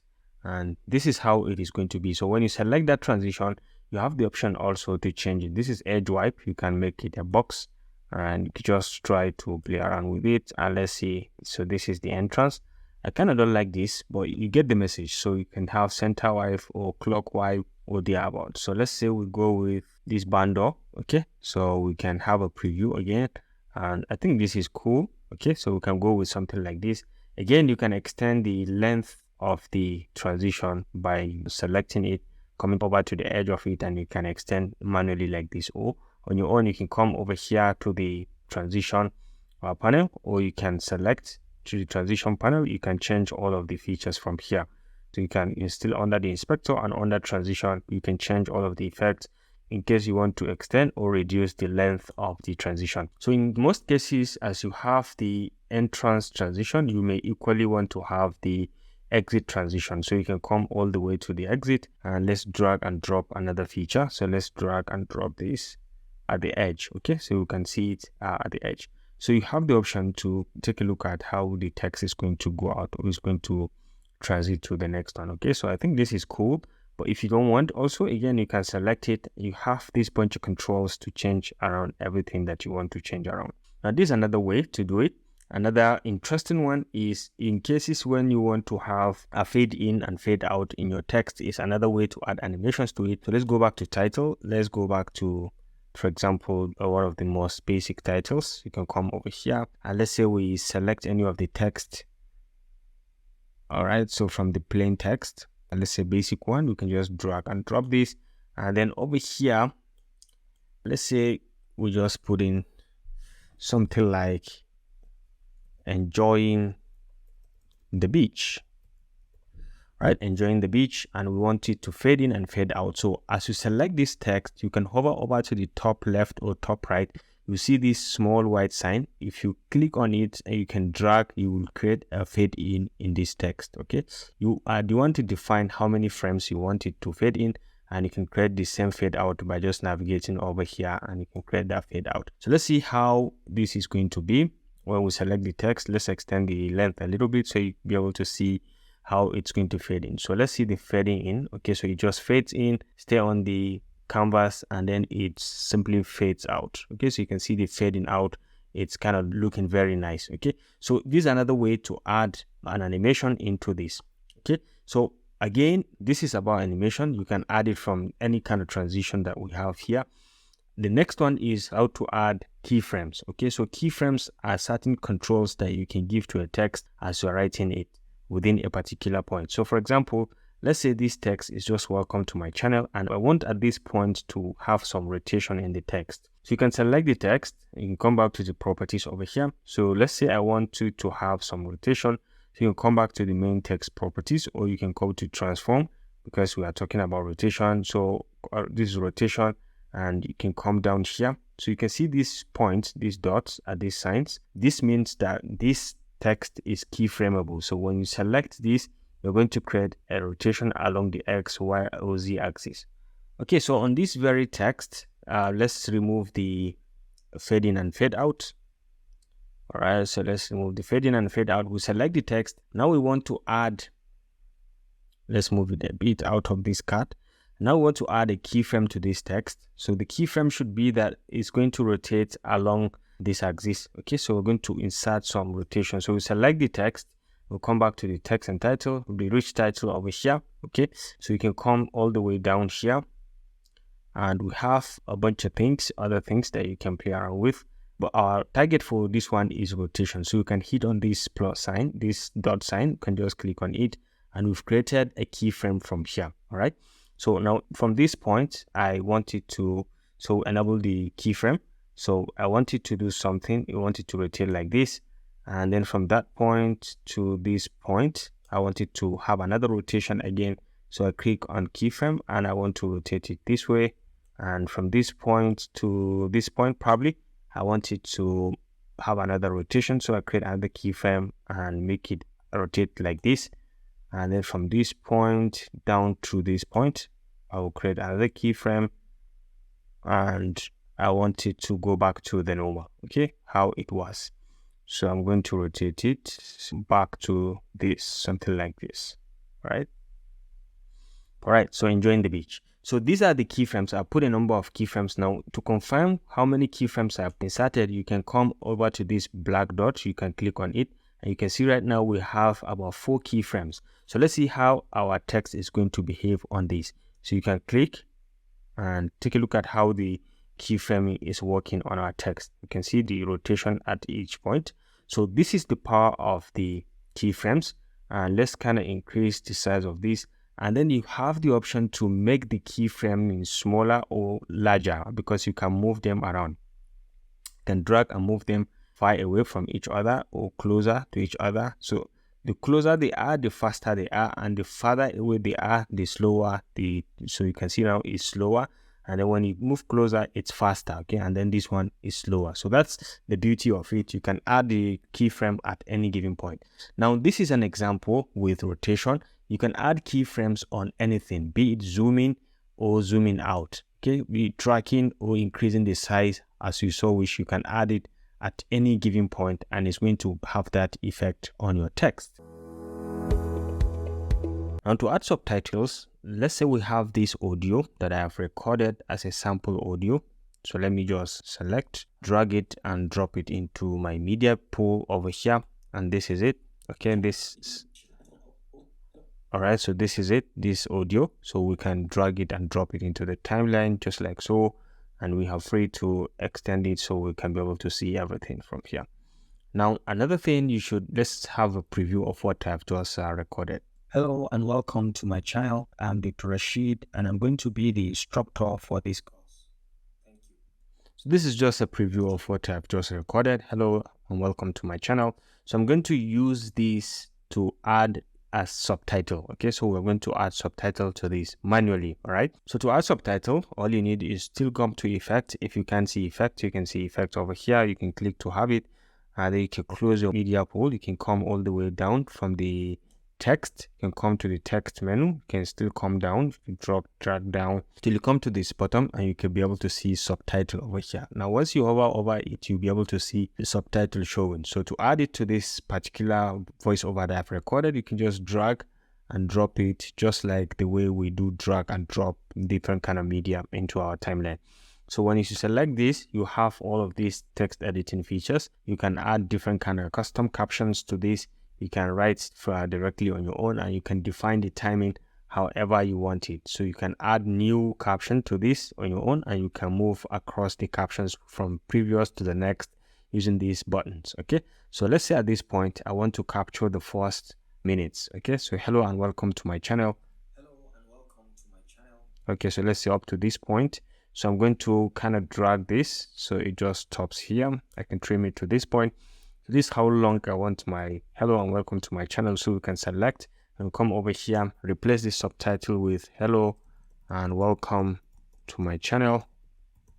All right, so what's next? Hello, I'm Dr. Rashid. All right, so let's say I'm going to take it up to this I'm Dr. Rashid. So we can add new. All right, so you can just select, go ahead and say I am Dr. Rashid. And what next? So you can drag and bring it here. And how long is it going to be? So let's zoom out a little bit so we'll be able to see everything. Okay, so how long is it going to be? It's going to be up to this playhead. So let's play it and see. Fine, so we have to click and add another one. And I'm going to be the instructor okay, so and I'm going to be the instructor for this course. So let's add another one. add another one. So we can say we can drag and drop it here. So we can add the description, okay, and I'm going to be the instructor. So we select and come back here, and so let's say we come back here. I want to type, and I am going to be the instructor. All right, the instructor. Now for this course, okay, so we have another one, so we can add new, and then we can just type in for this course. So let's drag this up to this point, select the text, and we can come over here and just type for this course. All right, for this course, and then the last one is, all right, the last one is thank you. So we can just add new from here, and we can drag and make it up to this point, and then we can adjust. Okay, so we have it up to this point. So this, select this and just put in thank you. Select this and put in thank you. Right, so let's have a preview of what we have created, because you can move also manually from here. You can move across to once the different text, or you can on your own go to the next, just like we have here.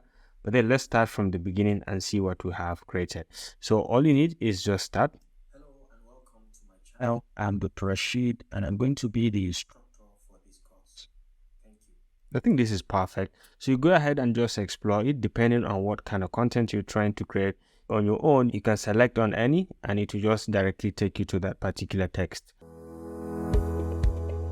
So B-rolls are very, very important, especially when you are explaining a particular concept. You can always bring in B-roll of different types, starting from images to videos. Okay, you can bring in any media to showcase as your B-roll. Now let's give an example of this. So we can select everything. Let's say we delete everything, and we can still come back to our media pool and pick in some media, right? So let's say we pick in this guy, drag and drop it into the timeline, okay, just like so. And then we pick in another one. Let's say we pick in this guy. Nope, let's go and pick in this. All right, so let's say we have these two clips, and let's enable the snap tool so we'll be able to snap. Okay, so let's say we have these two, and I want, as these guys are explaining, something in the B-roll form should come in, okay, in both cases. So let's start with an image. Okay, so we can import an image into this, so as a B-roll. So this is the main A-roll, explaining them moving for an adventure. Maybe this is a vacation adventure, and then we want to add in some B-rolls. So B-rolls will come in images in this form. So we can go back to media pool and come to the images, and we can select any image that could relate to what we are trying to explain here. So assuming the image of this guy is something we need, we just drag and drop it in the timeline, and you're free to extend it across to any point, okay? And you can select, drag and move it to any point of your choice, just to define what you're trying to create. And then you can select over here. So once you move over your playhead, you'll be able to see that particular B-roll that we've added. This is the A-roll, so this is B-roll. Whatever comes in ahead of the A-roll is called the B-roll. Now when you select this image, you have the image properties over here. All right, so you have the properties over here, such as the transform feature. You can zoom in and out. For example, you could just go over here and you can zoom in so that it fills up the entire screen, okay? And then you can change the position in the X and Y axis, just like we've explained earlier on. But I think this position is okay. So you can just go ahead and play and can have a preview of what we've just talked about, okay, from this video. And the image is just going to pop in into the media, okay? So you can see that we can explain our concept, whatever we are explaining, and then up to maybe probably this point, and then it just transit back to the next point. All right, so you can see it now transit back to the tourist, and then we can continue with our explanation. So this becomes very much interesting when we zoom out a little bit, and then when we add some animations to it. Okay, so let's add some transitions into this. So selecting it, and come back to effects, and then we can come to video transitions, and we can just add in something. So let's have this cross dissolve. All right, so we can just drag and drop it over here, and we can extend this a little bit so we'll be able to see this. We can extend the transition also. We have another one, cross dissolve out at the other one, at the other edge. Okay, so let's have a preview of what we just talked about. So we can see it just transits in. Okay, we have this image, and then it's going to equally transit out into the main tourist site. Okay, so this is very interesting. So this is how to add an image as a B-roll within the DaVinci Resolve, and you're free to add in any kind of video as well. So this is images. You can add a video. So let's have this video of this cat or this one. So you can just drag and drop this. Assuming I don't want this audio section, so I can just right click, or I can select and say I'll link this. All right, so I click out, so I can select this manually and delete it. So I want only this, so we can just drag and drop it here. Define the position however you want it. You can just trim it from the edges. Okay, so let's trim from both edges over here, and we can define a specified location. Again, while we are explaining this comes in quickly, this comes in, and then maybe we're explaining the entrance of this cable car and then comes out. So let's see how we're going to add in transition to this as well. So you can select it. We have other properties that we can do from the inspector, and we have the video properties also over here. You can play around with the zoom in effect and zoom in out. So you can play around with, just like the way we've done in the image, you can play around with the sizing and so on, and all of these features. You can have cropping, dynamic zoom, and so on. And then over here, we can just come down and let's add some transitions to it also, so that it becomes a little bit better. So let's have this motion, this push. Okay, so we can drag and we have it inserted here. Let's have this slide out. Okay, so we can drag and have it inserted here. So in the video also, it's going to have some transition into it. So you can see it just wipes in and it just push out. All right, so this is the power of having transitions. You can extend also the length of the transition however you want it also within the clip. So you can see how it pushes in and then how it kind of push out. Okay, so to add audio, the first thing I usually tell my students is, where do you get copyright free audio? So there's a website called the Pixabay where I can get all of my music and sound effects that are copyright free. So once you come to pixabay.com, you can come all the way here and you can be able to select you're looking for music, and you'll be able to search for any kind of music. For example, background music, you can just hit on it and you'll be able to see different types of music that you can download. You just play to hear a preview, and then you can just go ahead and download it from here, and it's just going to download for you. Now once you download your audio, you can just come back to DaVinci Resolve and you can be able to import it into the media. For example, I can come to this audio and you can right click over here. You can come all the way down here and say import media. So you can just navigate to wherever you have that media in your system and just click on it and just import directly. So go ahead and select that particular location and then define the media and just go ahead and import it. All right, so I've imported mine. So let's say we have this media that I have imported, and we can just easily drag and drop them into the timeline. So let's say I have this Dream Escape, so I can just drag and drop it. So what used to happen is, when you drag and drop a background music, it usually comes very, very loud. So you have a bunch of controls that you may want to add. So for example, I want this to cover up to this point. So let's have a preview. Usually when you add audio, it comes in very, very loud. You can hear a preview. I think this is quite loud, and you can change the loudness and you can adjust. Sometimes you may want in some part of the clip to be silent, or some to have a variable volume in terms of the audio. You can play around with all of these within DaVinci Resolve. Now the first thing you need to notice is that my background music is longer than the entire clips that I have for this tutorial. So I can come over to this section, to this edge, okay, and just select. And you can use the razor blade tool and you can use the cut. All right, and then you can get back to the selection tool and select this section and delete. Now this is the first way. Usually I used to add the fade in and fade out so that it doesn't just die out abruptly when I'm playing. Okay, something like this. It doesn't just die out, so I can just insert, come to the top right to this white dot. When you see your cursor turns into this horizontal sign, you can click and drag and you can have the fade out directly, and you can have the fade in as well. So it eventually makes your audio to sound a little bit normal.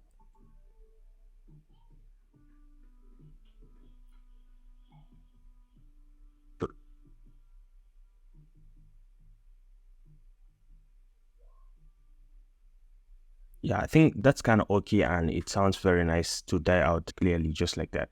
So this is one way to play around with the volume. There's another way. If you want to generally play around with the volume, you can select that audio and you can come all the way to the inspector tab over here. You have the audio controls over here. All right, over here you have the volume control. You can drop it down to maybe -15. As we are reducing the volume, you can see it over here in the volume profile. It is equally reducing. You can reduce it to something like -20. Okay, -12 is okay.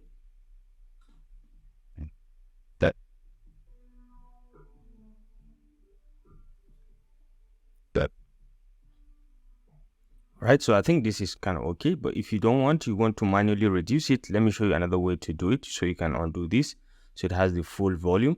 Now when you hover over the video, you can come to any point. If you're using Mac, you can use the Alt key until your cursor turns into this vertical arrows up. You can see it. You can just select and you can drag and you can play around with the volume of the you can select and you can play around with the volume. So for example, you can select and you can see right now you can reduce or increase the volume of this particular clip that you are working on. Okay, so you can see you can reduce or increase. Now if you don't want to increase, this is the global, which means you're increasing or decreasing at the entire clip. If you want to reduce it at some point, maybe probably increase it at some point, there are two ways I used to do that. So for example, you can come over again, hold down the Alt key if you're using Windows, or the Option key if you're using Mac or mouse. So you can just click and it's going to create this dot for you. Okay, so you can go on to the next point where you want to create that shift. You can still hover over and then you can create another dot, right? Now you can be able to, let's say we zoom this out a little bit so you can be able to see it very clearly what I'm talking about. So these are the two dots I created. And if you want to create a fade in, you can see we can select them and you can reduce this volume. Over here, it's one volume and then over here, it's another volume. Okay, so you can play around with them on your own. You can manually increase and then decrease the volume on this section as you saw. So the music is going to play loud at this section and then play low. Okay, it's going to go down at this section. And if you want, you can add one more here so you can make more meaning. And then from here, you can try to increase the volume. All right, so you can come over here and you can see that you can increase the volume from this end.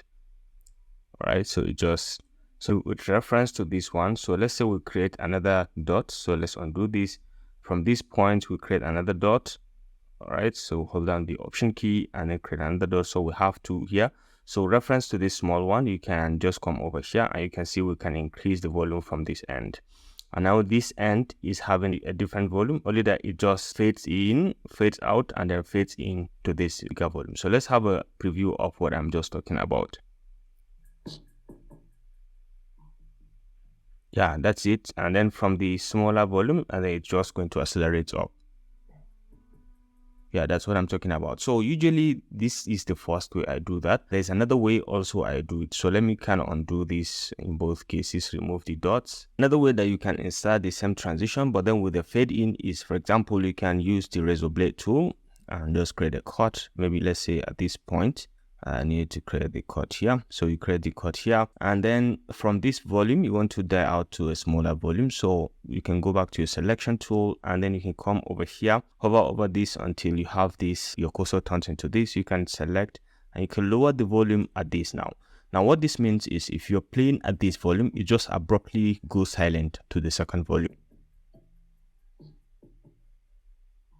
So this is okay, but sometimes it's abrupt and it doesn't look professional. So what I do in this case, I just select the junction or the transition point in between the two volumes. I can just right click and say add crossfade frames, 12 frame crossfade. So I can just select, so you can see we have added a crossfade. So it's just going to kind of fade out. It's just like the same thing we did with the dots, but then this one is much more better. Let me show you why it is better. So you can zoom in so we'll be able to see. So it doesn't just abruptly enter the second one. Yeah, it just dies out with the fade. And this has an advantage because you can drag and move it across to any point. You can decide where you want the crossfade to kind of increase or to start. This is very movable. You can do that with the dot, but sometimes it's abrupt and you may make some mistakes because if you are not so used to the dots, you may make some mistake. But this has a better advantage and you can select the crossfade or the transition, and you can increase it if you want. You can increase the duration or the length if you want, and you can position it anywhere. Again, like I've explained, you can position it at any point to start your creation. Okay, so this is playing around with the volume. Okay, so you can still select that any section of the clip or the audio, and you can still come back here and you can play around with the volume control. You can play around with the pan control, dialogue, the pitch. You can set in the speed change if you want to change the speed, which we are going to cover later, maybe through this tutorial. We're going to look at how to change the speed. And then we have other things like the equalizer. You can enable and play around with the equalizer, which I'm going to show you how to do that in the Fairlight very much sooner. So usually the edit tab is for general functions. Sometimes you can select, like we've explained in the previous video, you can select a particular audio and you'll be able to have access from the inspector. You have access to most of the key editing features of audio. Okay, you have a bunch of controls that you can work with. But the main thing, the main concept, the main editing of audio takes place in the Fairlight. That's how DaVinci Resolve is been designed to work. Okay, so for this tutorial, we're going to look at how to use Fairlight.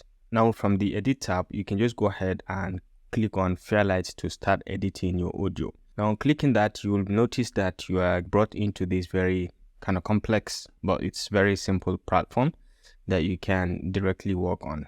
So what you see here is the timeline, the main timeline, all right, where you can have access to all of your audio. Okay, it doesn't bring in any video footage here, but all the audio footage, you can find them and you can select and have their properties, and you can play around with their properties over here. So this is my background music, and this is the audio that I have inserted, the voiceover that I've inserted. Okay, so let me just show you a bit about the Fairlight's platform so that you can understand. It's just like the normal platform that we have. You have the media pool. If you want to enable it, you can bring it up and you can import, drag and drop your media, or you can right click and go to import media, and you can import your media directly very easily. And then you have effects. If you want to enable effects, just like the way you have in the other view, you can enable effects, index, and you can have the sound library and so on. You can enable all of them from here. Only that in most cases, I try to free all of this so that I can have the timeline to be a bit free, so you can have access to full access and you'll be able to work with it directly. Now you have the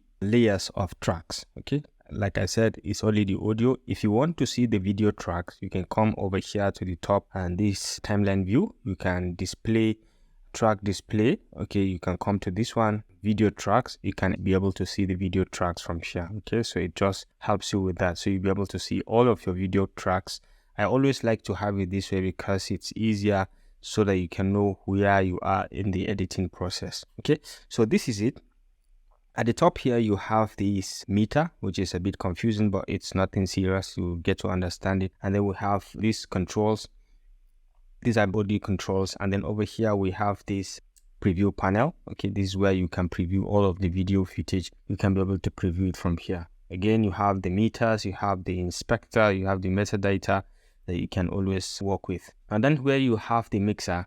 Okay, the mixer is usually looking complex, but it's nothing. Also, you just have the option to check out which track you are specifically working on. So this is audio 2, this is audio 1, okay, audio 2, and so on. And then all of the editings that you carry out should be on audio 1. If you want to target audio 1, or if you want to target audio 2, everything should be on audio 2. So let's say we select this. And let's say we can rename the audio. You can just select, you can rename the track and just select and make it, let's say this is voiceover. All right, so you can click out. So this is voiceover, and then this is background music. So you can just double click and say background music. You can select and say background music. Okay, so you can click out and you have voiceover and background music. So to add any feature, or to enable or to kickstart adding any feature within Resolve or within Fairlight, we can extend the view so that we can be able to see the details. You can do that from here using this detail. You can click and you can be able to see all of your audio very clearly. And then you can do the extension also from here, so you can extend the length so you'll be able to see very clearly what you are working on. All right. So we can use the playhead just like the way we have in all of our editings. You can click to start hearing what you have. All right, so let's see here. Welcome to this course. I'm Dr. Rashid, your guide in this adventure. Now, usually what I used to do is before I try to see how I can enhance any kind of audio, because this voiceover I've recorded it using Audacity, and I think the sound is a bit better, but we can make it better, okay, with Fairlight in DaVinci Resolve. So usually I used to have the before and the after. So let's say we have a section of this. So let's say we have a section of this. So let me use Command B to create a split in between the two clips. All right, so I can kind of move this one away, and then probably I can delete this section just to make sure we have the before and the after, so we'll be able to hear it very, very clearly. So we can copy this and then we can paste it somewhere here. All right, so let's move this to the beginning, move this over here. So we have two clips which are the same, but then we'll be able to add the details or the changes on the first clip. So let's move this to another track. Okay, so let's say we move it to another track, and so we can be able to have our effects on this voiceover track. This is audio 3 now. Okay, so let's see now on audio 2, we can be able to go ahead and give our changes. Okay, so let's go back to audio 2, and this is where everything is going to happen A2. So we can come over here in the mixer. This is where you have the audio 2.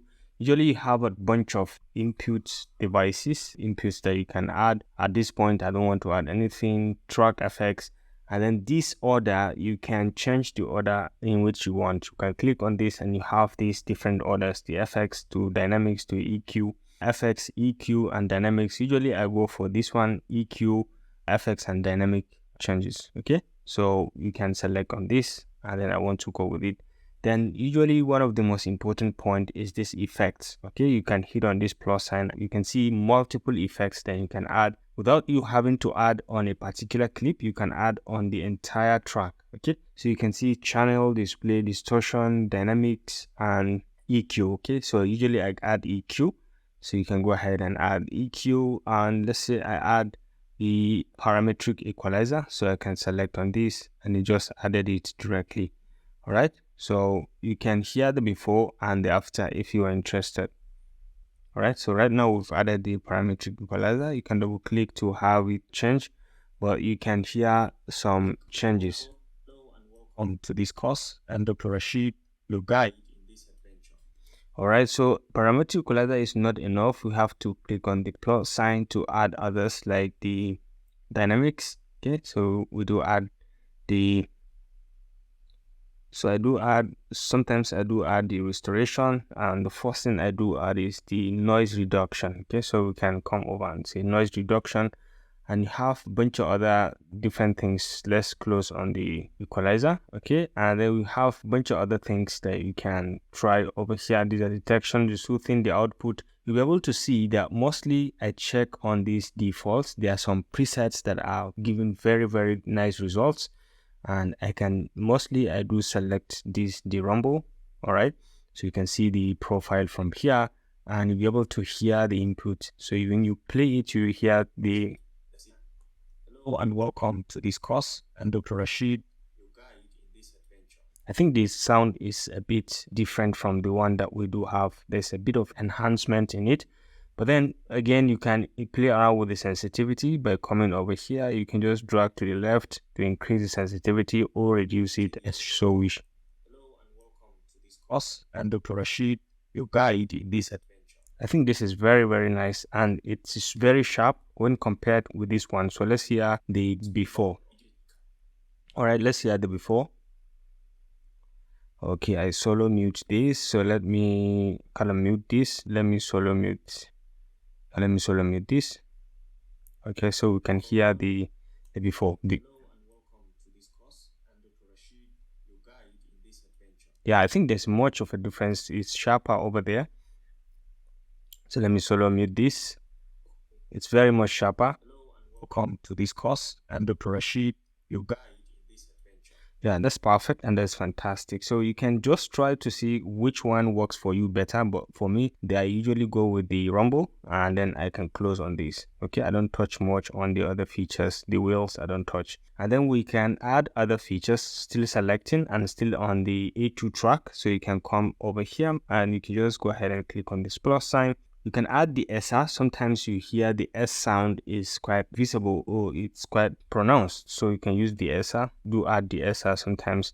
And I don't use the default. I come over and I use the male S. Okay, so it helps me to reduce the S sound, the intensity of the S. And manually you can play around with the feature also from here, the intensity. Okay, the amount of the SR, you can reduce it over here. So, but you can still play within the clip to hear where you have the S and how it's being pronounced. A lecturer, a speaker, and I love creating content. Yeah, that's good. But then let's try to on our own manually play around with this and let's. This is good. Thing around here is okay. Of the world of video editing. All right. So I think this is okay at this moment. If you want to, you can reduce the intensity a little bit, but I think at this point, I like what I see. So I just go ahead and close on this. Now, another thing I do add is dynamics. Okay, so I can come to the dynamics over here and double click, and then you can go ahead and change a number of things. Usually I don't touch much on this, but you have a bunch of controls like the gain reduction, the makeup, the output selection, and so on. You can play around with the features from here. You can increase or decrease the makeup from here, but I usually keep it at default. What I do is I come to these presets and I use Dialog Basic. That's the one I use, Dialog Basic, and it gives me this much settings and everything is superb. So let's hear the before on this. Hello and welcome to this course. I'm Dr. Rashid, your guide in this adventure. I think it gives it a little bit of a perfect sharp. So let's hear it before. Okay, I muted this, so let me solo this. Hello and welcome to this course. I'm Dr. Rashid. I think this is much better. Okay, so I don't touch much, but this is okay for the dynamics. Okay, so you can close on this. And then we can come down here to the EQ. You can do the EQ also from the Edit tab. If you click, you will be able to see from the audio. If you select on the audio, you'll be able to have the EQ also from here. You can see this is it. This is the equalizer. If you enable it, you can carry out nearly the same operations here. But then I prefer everything to be done on the Fairlight because this is when you have access to everything in detail. So let's see the EQ. You just double click on this particular track and you have this dialog appearing. And you have a number of things also to choose from. This appears in band 2, 3, 4, and 5. Okay, so you can be able to see the bands. When you try to play around with them, you'll be able to hear how it's going to affect your music. You go to the top like your audio. So let's hear for this. All right, so let me solo this again. Hello and welcome to this course. So let's kind of bring it down so you hear the difference between what I was just talking about. Hello and welcome to this course. I'm Dr. Rashid, your guide in this adventure. I'm a lecturer, a speaker, and I love creating content in YouTube. In this course, we are diving into the world of video editing. All right, so I think this is okay. So let's see. You can take this up and then hear what it's going to. Usually it's by try on your own and see which one works best. So let's hear. Hello and welcome to this course. I'm Dr. Rashid. All right, so let's bring this down a little bit and let's hear. So you can see the difference, but you have to keep it on top of this line. Then you'll be able to see that it gives you a more composed sound. Yeah, that's perfect. But then if you want to go with the presets, I think it's kind of perfect also to go with the presets. So the preset I usually use is this dialog mail. I usually use this dialog mail. So you can just select it and you have everything in the preset level, okay, depending on what you are trying to create. So you can play around with the features if you're interested. You can vary the frequency and you'll be able to see which one you can vary. But at this moment, let's hear the previews to hear what changes it has given to our voiceover. Hello and welcome to this course. I'm Dr. Rashid. I think this is fantastic. Okay, it sounds very, very nice and good. So basically this is what I do add. Okay, in terms of the gain or voice over the sound, I can increase the gain from here or reduce it directly from here. Okay, so I usually increase it a little bit, but then for you to know exactly what is happening, that's when the meters now comes into play. If you see the red sign, it means it's speaking, so you have to reduce the voice a little bit. So let's hear that. I think it is speaking, so we can just reduce a little bit of the sound. Okay, so let's reduce it.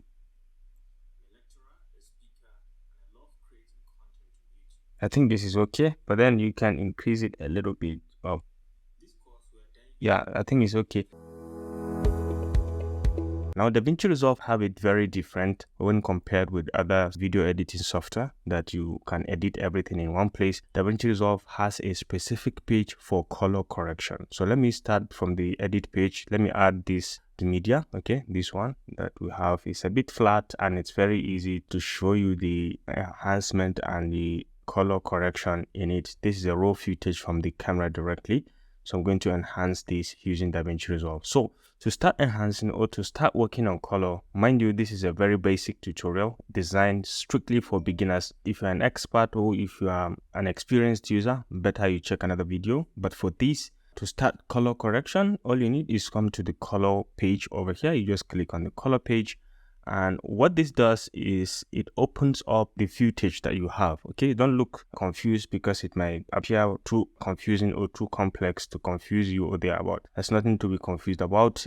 It's just when you understand how it works, it's very easy. So these are the footage that you have. It just brought in the footage. You can use the playhead to navigate across to see your footage. Okay, very easily you can navigate around to see a preview. These are the video footage that you have. This is V1 and V2. This is the videos that you have. This is the B-rolls that we've added in the video, if you could remember. And then these are the footages arranged accordingly from the edit tab, right? So over here you have a preview panel, and then this is your media pool. As usual, DaVinci Resolve share the same timeline for all the pages that we have. Okay, so it's very easy to navigate around. This is the preview panel, and over here you have this as the node panel where you add in different nodes for color corrections. You can add different nodes and you can work on each one of them separately or simultaneously. All right, so down here you have a bunch of other features. This on its own, you can have a complete course about how to use coloration in DaVinci Resolve because this is the industry standard software. Okay, it's equipped with quite a lot of features. All right, so in the color you have the color wheels directly, primary color wheels directly from the bottom left over here, and you have a number of options also. You can see different other features, but for now our main concern at beginner level is the color wheels. Okay, primary color wheels. Then we will talk about the curves also. The curves incorporating different kind of colorations. Over here we have the RGB colors. Okay, so you can play around with them. Then at the bottom right over here you have the scope. All right, this is the scope. Make sure that the scope is just what guides you during your editing. But then before you start anything, I want to show you how to make sure that all of your color, everything is being done correctly and you're having what I'm having. You can come down here to the bottom right and click on this gear icon, and then you can come to color management. You'll just be able to confirm that the color science is DaVinci YRGB, and then the color output is Rec 709. Just make sure this is correct and then you save it. All right, so what you notice here is that we have the gamma, we have the lift, then we have the gamma, we have the gain, which talks about the lighting, and this is the offset that talks about the global video. Whatever you change here is going to be global. So we have, in each case, we have the small dot. Okay, you can use a wheel to increase or decrease footage to make changes, or you can use the small dot over here. You can decide to play around with the footage by just moving forward to this dot, and you can click on it to start making increase. You can increase and make it warmer, or you can come down to make it cooler or thereabout. So it's just for you to just learn to play around with things over here. If you don't want what you see, you can always double click to have it back to normal. Okay, so if you change anything and you don't like it, you can always double click to bring it back to normal. And then down here you have the color wheels. Okay, these are master wheels. We call them the master wheels. You can increase or decrease them, and then we have other controls down here. Okay, I will show you how to use some of them. Now, before you start, if you are very basic learner, you can start by using the auto correction. Okay, so the auto correction is located here. Once you click on the auto correction, you can see it does a very fantastic job by just automatically adjusting everything. If you want to know that, let's go back to the editing tab. You can come back to the edit and you'll be able to see the before and the after. This is just the auto correct. So let's go back and put in some more tweaking so that it looks much better and professional. So this is the before and the after. So you can see, let's try to see how we can add in some more colorations to them. So let's start with the lift. We can come down to the color wheels. I'm not a fan of this wheel, this top one. I kind of don't like using them. I prefer to use the ones down here. So let's add in some little bit of blackness. Okay, so let the blacks kind of pop out to be black. All right, so we can just move them a little bit to give them that small touch, and then we can add the color boost a little bit. All right, don't make it too much because it will show too much. Okay, I think 79. We can add a little bit of it. Still, you should pay attention to the scopes over here so you don't overdo things. And then over here, you have the gamma, which you can adjust from here as well. All right, a little bit of a tweak can give us a bit of a good result. All right, so I think this is okay. And then you can reduce the shadow if you want a little bit. All right, so -20 or 19 is okay. And then you can add increase the highlight a little bit over here. Don't make it too much because the scopes are going to trip and move away from the range. Okay, so you can just bring down a little bit so they stay within the scope. All right, so they stay within the scope. And then another thing I like to put is the saturation. I used to add a little bit of a saturation to my video. All right, so adding the saturation can give them the exact color that they have. Okay, so I think this is now popping out a little bit clearly. So if you have anything, you may play around with the offset over here. Bring this down a little bit.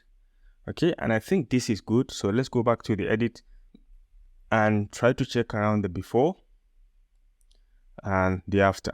Okay, the before and the after. So let's try to play this so you can see the preview of what I'm just talking about. Okay, you can see how we have colored it very perfectly and nice. Okay, so this is it. So this is the after and this is the before, what we have prior to our editing. Okay, so this is the before and that is our after. So we'll call this the color bypassing. Okay, bypass color. You want to bypass color and all the changes you have done, you can use this. A very good feature. So you can come back here. And let's see, you have the color curves over here. You can touch on anything. You can feel free to just select. And usually I start with the white.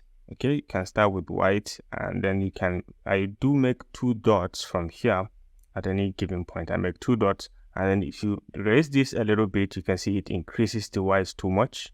And you can bring it down, And if you bring this, put in the blacks and the black areas also appear a little bit black.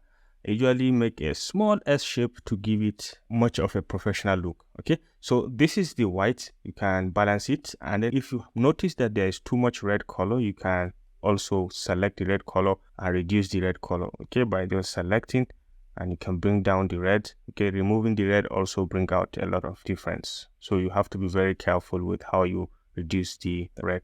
And if you notice there is too much green, you can as well select and reduce it a little bit. Okay, you can reduce it and you see what it brought to your color, and you can always take it back to normal, or if you increase it, you see what it does to your color.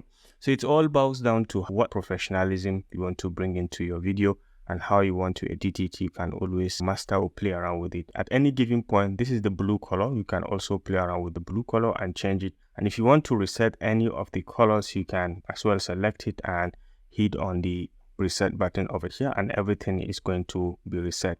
All right. So it all boils down to you, what you are looking for or what you want. You can always reset from here, and then you can play around with the other features, the lows and highs. If you want, you can also all tweak it from here. So it's very easy to play around with the features. But this, like I said, is at the very much beginner level.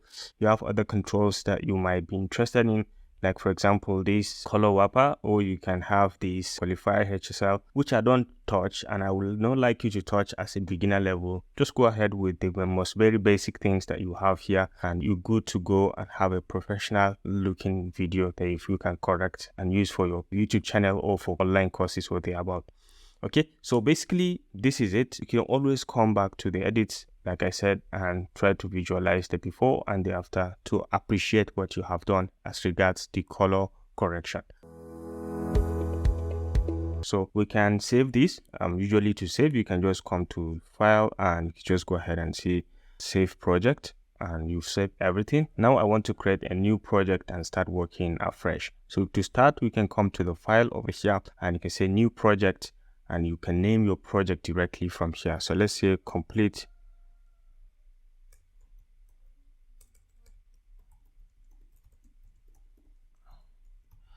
video editing sample, and you can click on create, and now we have a fresh blank DaVinci Resolve page. Okay, so the purpose of this is just for us to revisit the key features on what we have done, the basic editings that we've done, the ideas, the concepts that we've learned through this course, to just be able to put everything in practice. So we'll start with the importing media page. We can stay at the media page, and then we can come to the master page over here and create a new bin, and over here we can name it anything. For example, we can create a new bin and we can call it media, for example. So we can call this media, and we can go ahead and right click anywhere, can select it and come over here and say import media. We can just go ahead and import our media. For example, in DaVinci Resolve here we have this media. Let's say I have this.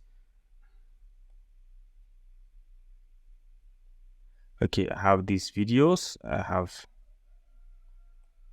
have these two, and I can just select all of these videos and just import them into this media. So at this point I want it to change because I want everything, my videos and my selection, to be the same. Okay, again, if you want to play around with if you want to change the settings, you can always come over to the wheels over here and you can change the master settings like we've explained. Basically all we just need is just to have our settings, the timeline resolution to be 1920 by 1080, and the frame rate I have it to be 29.97, just like we will explain in the earlier stage at the beginning of the tutorial. So you don't want everything to change. You can change the clip rather to suit your settings in DaVinci Resolve. So we've imported some video media. Okay, if you want, you can import audio as well. So let's add more media. Okay, import media. Let's say we'll go this time around to DaVinci Resolve. We'll come down here and say images. All right, so let's select all of these and import them. We'll add them here. Let's add more. Okay, so import media, and then we can go to audio probably. All right, so let's go to Resolve and let's import audio this time around. So we select all of this audio and just import them into our media. So now we have imported all our media. All we need is now to move straight to the edit page, because I usually like working in the edit page. So we're here and we can just easily select, double click, and you can see our video on the timeline. So we can have a preview of it by just clicking, and you can see this is what we have. If you like, you can start looking. This is the beginning. I want to capture this up to this point. All right, up to this point when they enter this, so I can hit.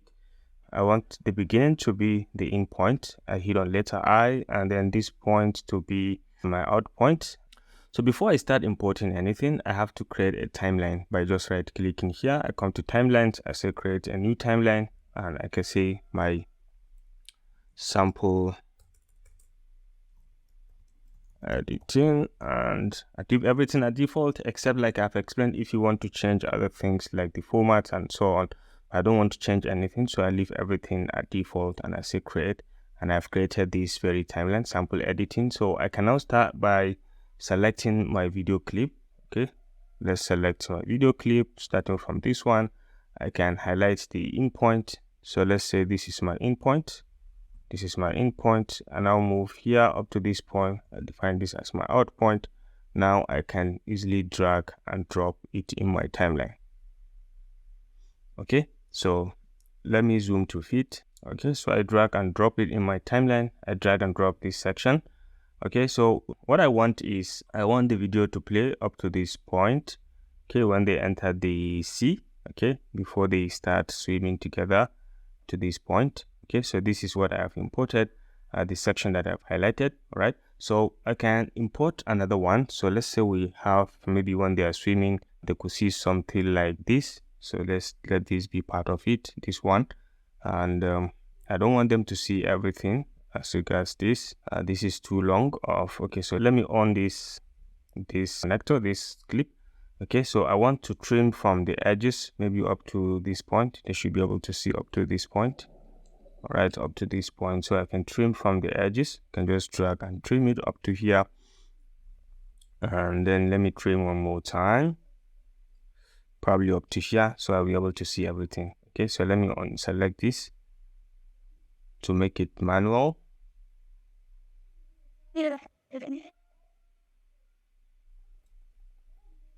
All right, so let me make it manual here, so I'll be able to see the clips continuously. So once they enter into the sea, they start to see this animal. Okay, this tortoise. All right, so then they continue with their swimming. So I want to bring another part of this same video. All right, so I just double click again and define another in point. So let's say I call this point the in point, and I move again to this point. Okay, I call this again the in point, and then move my playhead up to this point. Then I call this the out point, and I easily drag and drop this. All right, so we can see we are now swimming inside. So let's say they see something again, something like, let me find another thing. Okay, this image can come at the beginning. So let's select everything and let's bring it to this side, and then let's say we have this image. All right, so this is it. So let's say at this introductory part, when they have, this is just a bigger picture of the sea before they start jumping in. So let me cut at this point. So hold this and use the Command B to create a split, and then select this section and delete. And then I can select these other sections and bring them back. Okay, so it now start with something like showing the entire beach. Okay, the bigger picture, and then these tourists now swimming inside, falling inside, and they see this tortoise. Okay, and then they now held their hands and continue swimming very easily. All right, so this is basically what I want to create. It's a simple story. For example, I can put in some background music to this also. All right, so let's say we have this one, there's nothing in this, so we can link this, and we can select out, select this and delete. So we can bring down easily because there's nothing in the music background. And then we can add this background music, so we can just drag and drop it here. Again, we can, so you can see it gives us that feeling that something is happening. It's a good background music. So we can select this, come over to the audio control, and just try to see how we can reduce the volume to maybe negative, I think negative 11 is good. So let's try to play it and see.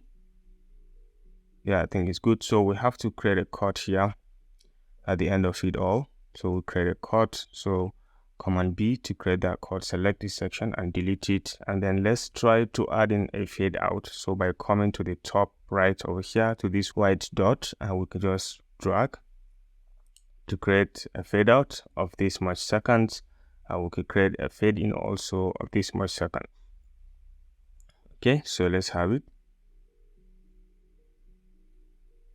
All right, so I think this is good. It's now beginning to look good. So the only thing we need to add is we need to add some transitions. Okay, so that this one doesn't just cut into this one, and then as they are moving also it just doesn't cut into this tortoise. So let's add in some transitions in between them. So let's zoom out a little bit.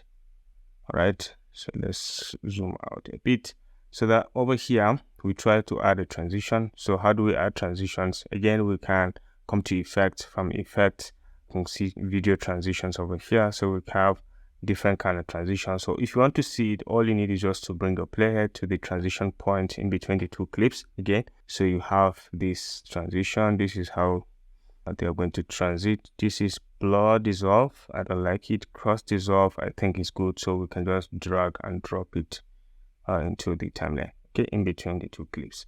Okay, so if you want to put it in between the two clips, we can select over here and then we can drag. All right, so when you hover over the edge of this and you move towards the edge, you can see that it is at the end of it, so we have not trimmed it at all.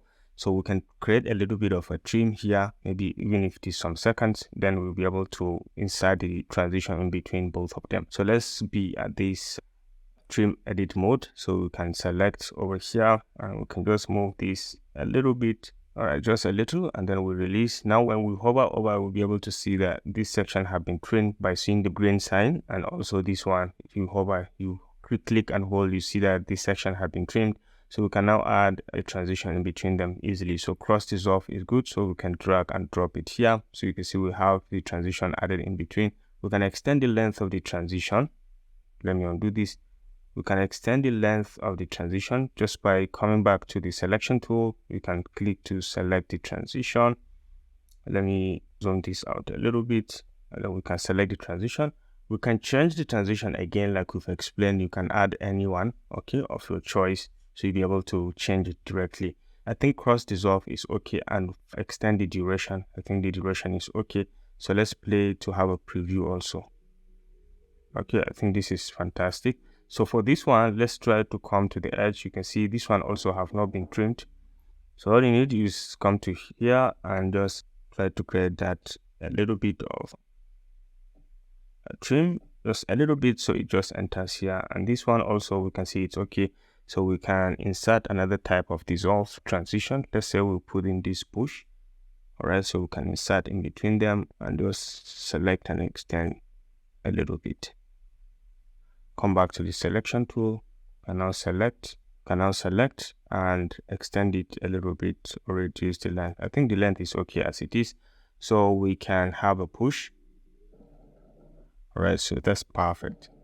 All right, so this is what I want. So this is about transitions. And another thing that we can add is we can add text into our video. So to add a text, again, you can still come to effects. You can come to titles over here. So we have a number of titles like we've explained earlier. So I want to add in welcome to Langkawi over here. So let's just check around. You can have multiple of them, but I think I prefer, so let's go with plain text. Okay, so we can just drag and drop it here.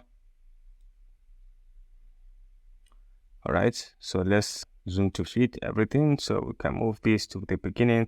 Again, we can just select and then we can come over here and put in our title. Welcome to Langkawi. Again, maybe this is not Langkawi, but it's just an island. I'm just demonstrating that this is Langkawi, for example. So you have a number of controls like we've explained. You can play around with these features. And if you want to use the title plus also, you can, okay, by just coming, you can see title text plus, you can use it.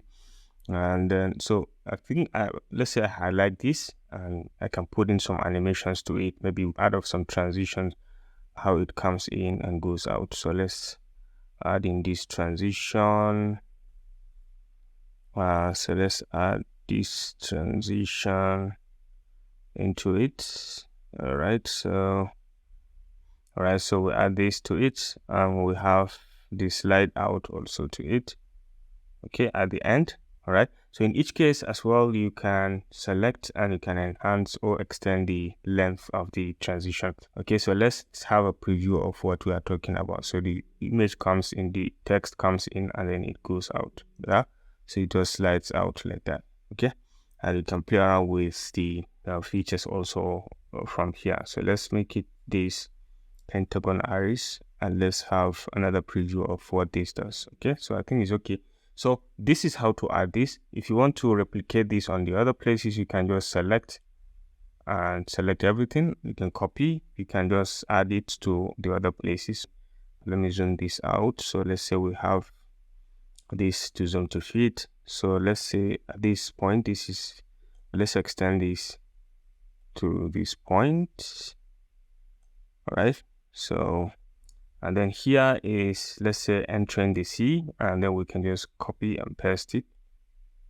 Let's paste it here, and then let's kind of extend this so we'll be able to move this across and say this is entering the C. So we can select, come over here, select and come to the top, okay, and come to the top, and then we can change this. We can say entering the C, and then if you want, you can change the transitions or the about, but I think this is okay. All right, so you can just extend the length to make it cover up to this point, so we can have that push and then the going out. Don't like this, so let's change it to something like a band wipe. Okay, so let's see. I think it's okay like this. So next is we have this. We can call it, we can paste again, and then we can call it wonderful creatures. So we can select, we can still come back here, so we can say select and say wonderful creatures. Okay, so we can zoom out, and then let's say this stays on board up to this point, and then we can have this and say adventures view. Can just select and paste this. Can call this the adventurous view. Can select, say enjoying the view, and if you don't want this position that it is, you can bring it down. So for example, in our own case, we can select and we can bring it down. Okay, so we can come bring this down. Okay, so we can bring it down from the position over here. So let's say we bring it down directly. Let's bring it down here. Okay, so and then at the end of it all, I want to add another track that says thanks for watching, something like, so let's go to titles, and I want to add something like, okay, so I want to add this text over shape, so we can just drag and drop it over here. And let's say this talks about thanks for watching, so we can select it and we can just come over. This is text, the first text, thanks. So for example, thanks, then we can go over, this is, we can come down here, and this is the second text, this is for, and then this is the last text. All right, this is the last text, so we can just put watching. Okay, thanks for watching, and then let's try to make this a little bit smaller. Okay, so let's see. Thanks for watching. Okay, wait, let me, okay, so we can have it. Yeah, I think this is it. Thanks for watching. I think this is what I want, the end of it all. Okay, so I think basically you get the message, how we just try to play around with the features and then import things around and paste them. So let's say at the last stage, we want to add in this to play around with the audio so that we know the coloration, so that we know that we did something that has to do with color also over here. So let's bring this to the last end over here, and let's select this video, and let's say we take in some part of it. So let's say from here, let's say this is in point, and let's say up to this point, this is the out point, and let's drag and drop it on the timeline, just like so. All right, so drop it here, and then these are thanks for watching can stay on its own. And then let's select this. Because this is a raw footage, we can do some very basic editings also as regards the color. So you select it, go to color, and then we can, again, like we've explained in the tutorial, we can start with the auto edit, and you can see it does a fantastic job, okay, as regards the auto correction. So we'll be able to see the before and after. Also when we come over here, this is the before and this is after. I think it does a fantastic job as regards the coloration, but then we still have to maybe make some few touches. Okay, we can come down here and we can play around with the color boost. We can boost the color a little bit, and then we can reduce the shadow. Okay, so you can see we've boosted the color a bit, and then the highlights, we can add a little bit of a highlight so we'll be able to see clearly what we have, and then we can add the saturation a bit, so everything now pops out very, very clear, and I think everything is now very clear. So let's go back again one more time to try the before and the after, so we can see what we have done. So this is the before and this is the after in terms of what we have created. Okay, so you can see everything is now very, very clear. Okay, so this is one of the powers of DaVinci Resolve when it comes to coloration. It does a fantastic job for you. You don't have to worry about the tweaks. You don't have to make too much tweaks to have one of the best things with Resolve. So exporting is very easy. Assuming you have created this video, you like what you see, let's try to play it so that we can have a little bit of preview of what we've just created, so that we can be able to experience it before we go into the exporting process.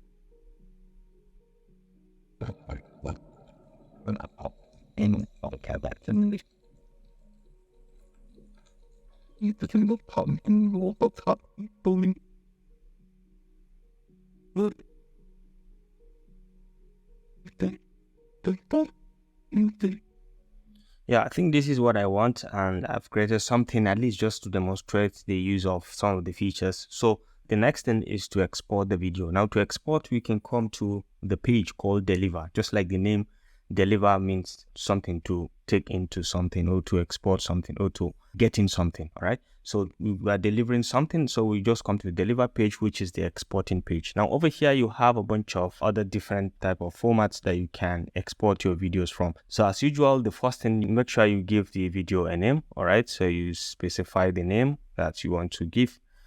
For example, in our own case, we get with a name, sample video editing. All right, so you specify the location where you want to save this. So you can go to browse. Where do you want to save this?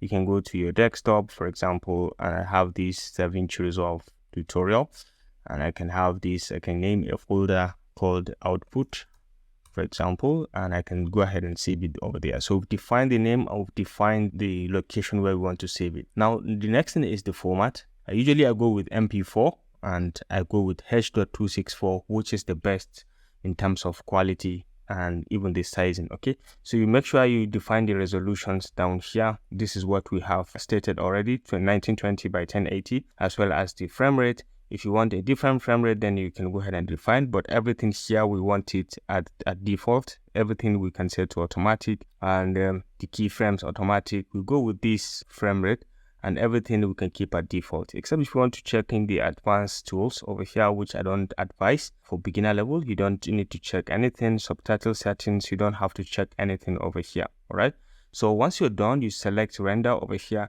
You can just go ahead and say add to render queue, and it's going to add to render queue where you start rendering. So let's go ahead and add this to our render queue, and you can see it's been added to our render queue. So this, now you can add as many videos as you want to render to queue. You can queue them over here, and once you want to start exporting, you can come all the way here and start. You can say render all, or you can say render queue, and it's going to start rendering the video. So let's say render all, and this is going to start rendering the video. You can see the percentage, and it's going to render the video and take it to that location that you have defined. Okay, so it's very easy to kind of render video and create video in DaVinci Resolve. So the key thing is to go on with your own creativity. Use your creativity to see how and what you can try to create with this software. Okay, it's fantastic. It is very powerful. It's industry recommended software for any video editing, filmmaking. You can do quite a lot with this, and it's very free to use, except if you want to go with the studio version, which at this point for a beginner I don't advise. So it has finished the rendering. Let us play the video in the background at the end of this.